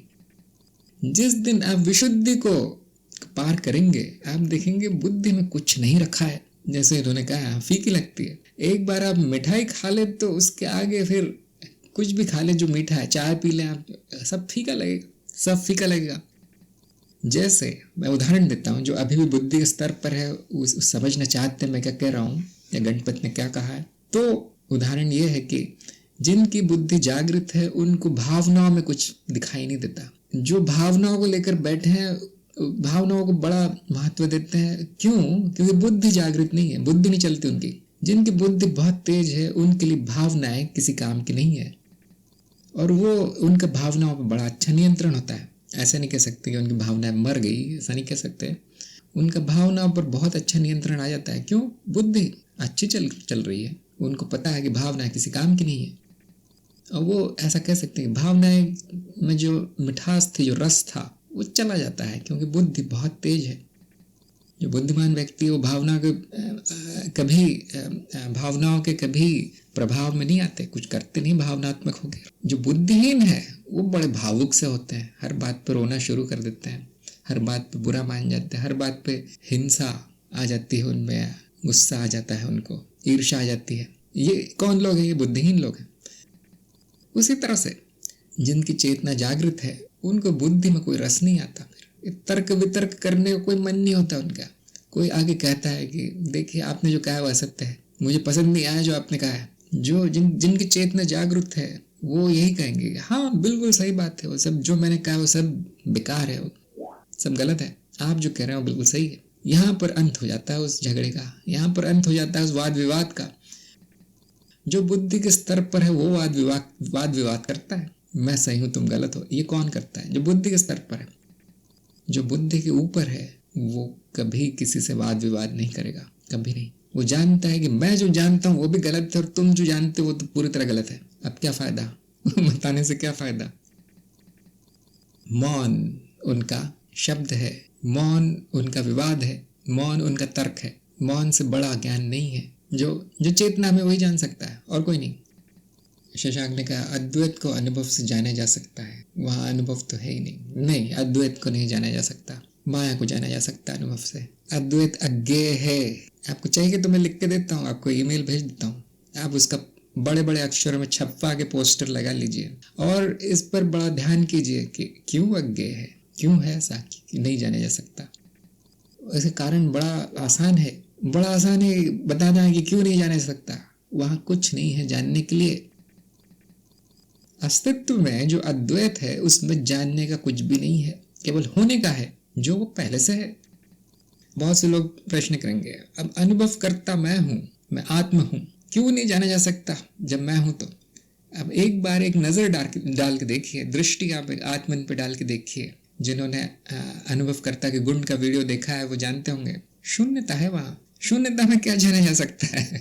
नकारात्मक है सारे गुण उसके, कोई रूप नहीं है, कोई रंग नहीं है, कोई स्वाद नहीं है, न ठंडा है न गर्म है, अनंत है, कोई सीमा नहीं है, कोई समय नहीं है, न जन्म होता है न मृत्यु होती है। क्या जानेंगे आप ऐसी वस्तु में? उसको वस्तु भी कहना असंभव है। अब ये शिकायत किस काम की कि जाना नहीं जा सकता अनुभव करता, वो क्या करूं, कैसे जानूं? नहीं जाना जा सकता, वो हुआ जा सकता है जो मैं पहले से हूं, मैं अनुभव करता हूं। जान के क्या करूंगा? ये वो है जो जानता है, ये वो नहीं जो जाना जा सकता है। ये मंत्र आप लिख के रख लीजिए अपनी दीवारों पे, हर जगह जहां भी जाते हैं। अद्वैत अज्ञेय है। पवन ने लिखा है चेतना के संपर्क में आते ही बुद्धि मेरी है, ये संबंध क्षीण होता जाता है। लेकिन बुद्धि ऐसा समझने लगती है जो इसने कभी समझा ही नहीं, कुछ नया। लेकिन क्या नया? ये बुद्धि बता भी नहीं पाती। हाँ, आपको यह आभास होगा कि एक नई बुद्धि का जन्म हुआ है चेतना के साथ, और इसीलिए मैंने बहुत बार ये कहा है कि चेतना भी बुद्धि है। चेतना को मैंने एक नाम भी दिया है, जो प्रज्ञा, जो योग से आया है, ये नाम प्रज्ञा का कहा जाता है। जब बुद्धि इतनी शुद्ध हो जाती है कि उसको अपनी गलतियों का ज्ञान होने लगता है, उस समय हम उसका नाम बदल देते हैं। अब वो बुद्धि नहीं रही, अब वो प्रज्ञा हो गई। ज्ञान से भरी बुद्धि जो है उसको नया नाम देना चाहिए, है ना? उसको ये हक है कि उसका नाम बदल दिया जाए। अब ऐसी चेतना युक्त बुद्धि प्रज्ञा कहलाती है। जो ऐसा लगता है कि मुझे एक नया ज्ञान हुआ है, एक नई योग्यता मिल गई है, मुझे नई कला सीख ली है मैंने। ये क्या है? ये बुद्धि के दर्शन है। बुद्धि की अशुद्धियां मिट गई है, अब आपको बुद्धि के सही दर्शन हो रहे हैं।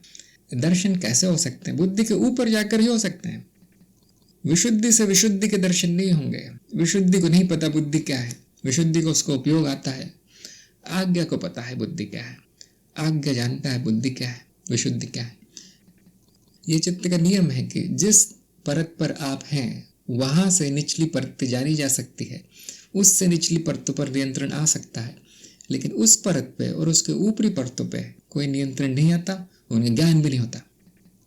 ये चित्त का नियम है। जो बुद्धि पर टिका है उसको चेतना क्या है ज्ञान नहीं होगा। जो बुद्धि में फंसा है, जो भावनाओं में फंसा है, उसको ज्ञान नहीं होता कि बुद्धि क्या होती है। कितना भी समझा लो आप उसको, उसके नहीं समझ में आता। तर्क क्या है नहीं समझ में आता। हर काम उसका भावनाओं के भरोसे होता है। मुझे अच्छा लगा इसलिए कर दिया, मुझे तो इसमें खुशी मिलती है इसलिए मैं यही करता हूँ। जिनकी बुद्धि है वो ऐसे लोगों को मूर्ख समझते हैं। जो हर काम बुद्धि से करते हैं और जिनकी चेतना है वो उनको मूर्ख समझते हैं। और ध्यान रखें, चेतना के ऊपर भी परतें हैं, चेतना के ऊपर भी परतें हैं जो कि देव योनि में जाके आपको पता चलेंगी, अभी नहीं। आशु ने पूछा है, भक्त भी बुद्धि के पर चला जाता है? हाँ, जब भक्त कहता है मैंने भावनाओं को शुद्ध कर लिया, भावनाओं को समर्पण कर लिया, केवल प्रेम भाव है। अब भक्ति कहता है केवल प्रेम भाव है और कुछ नहीं है मेरे मन में।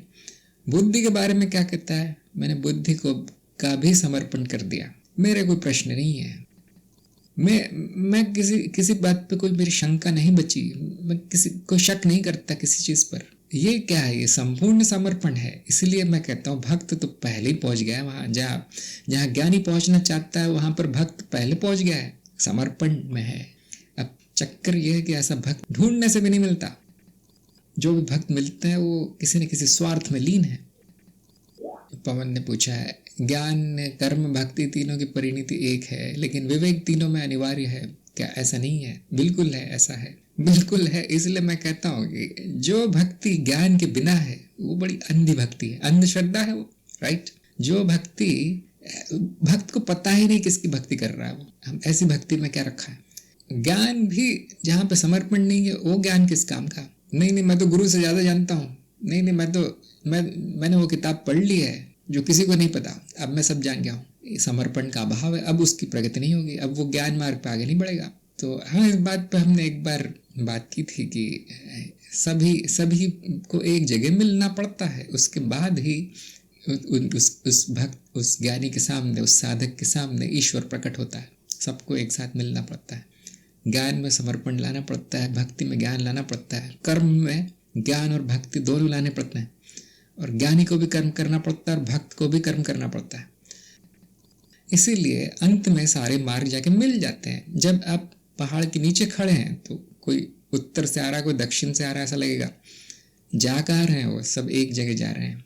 जैसे जैसे आप चोटी पर पहुंचेंगे पहाड़ की, सारे मार्ग पास आते जाएंगे, अंत में वो सब मिल जाते हैं।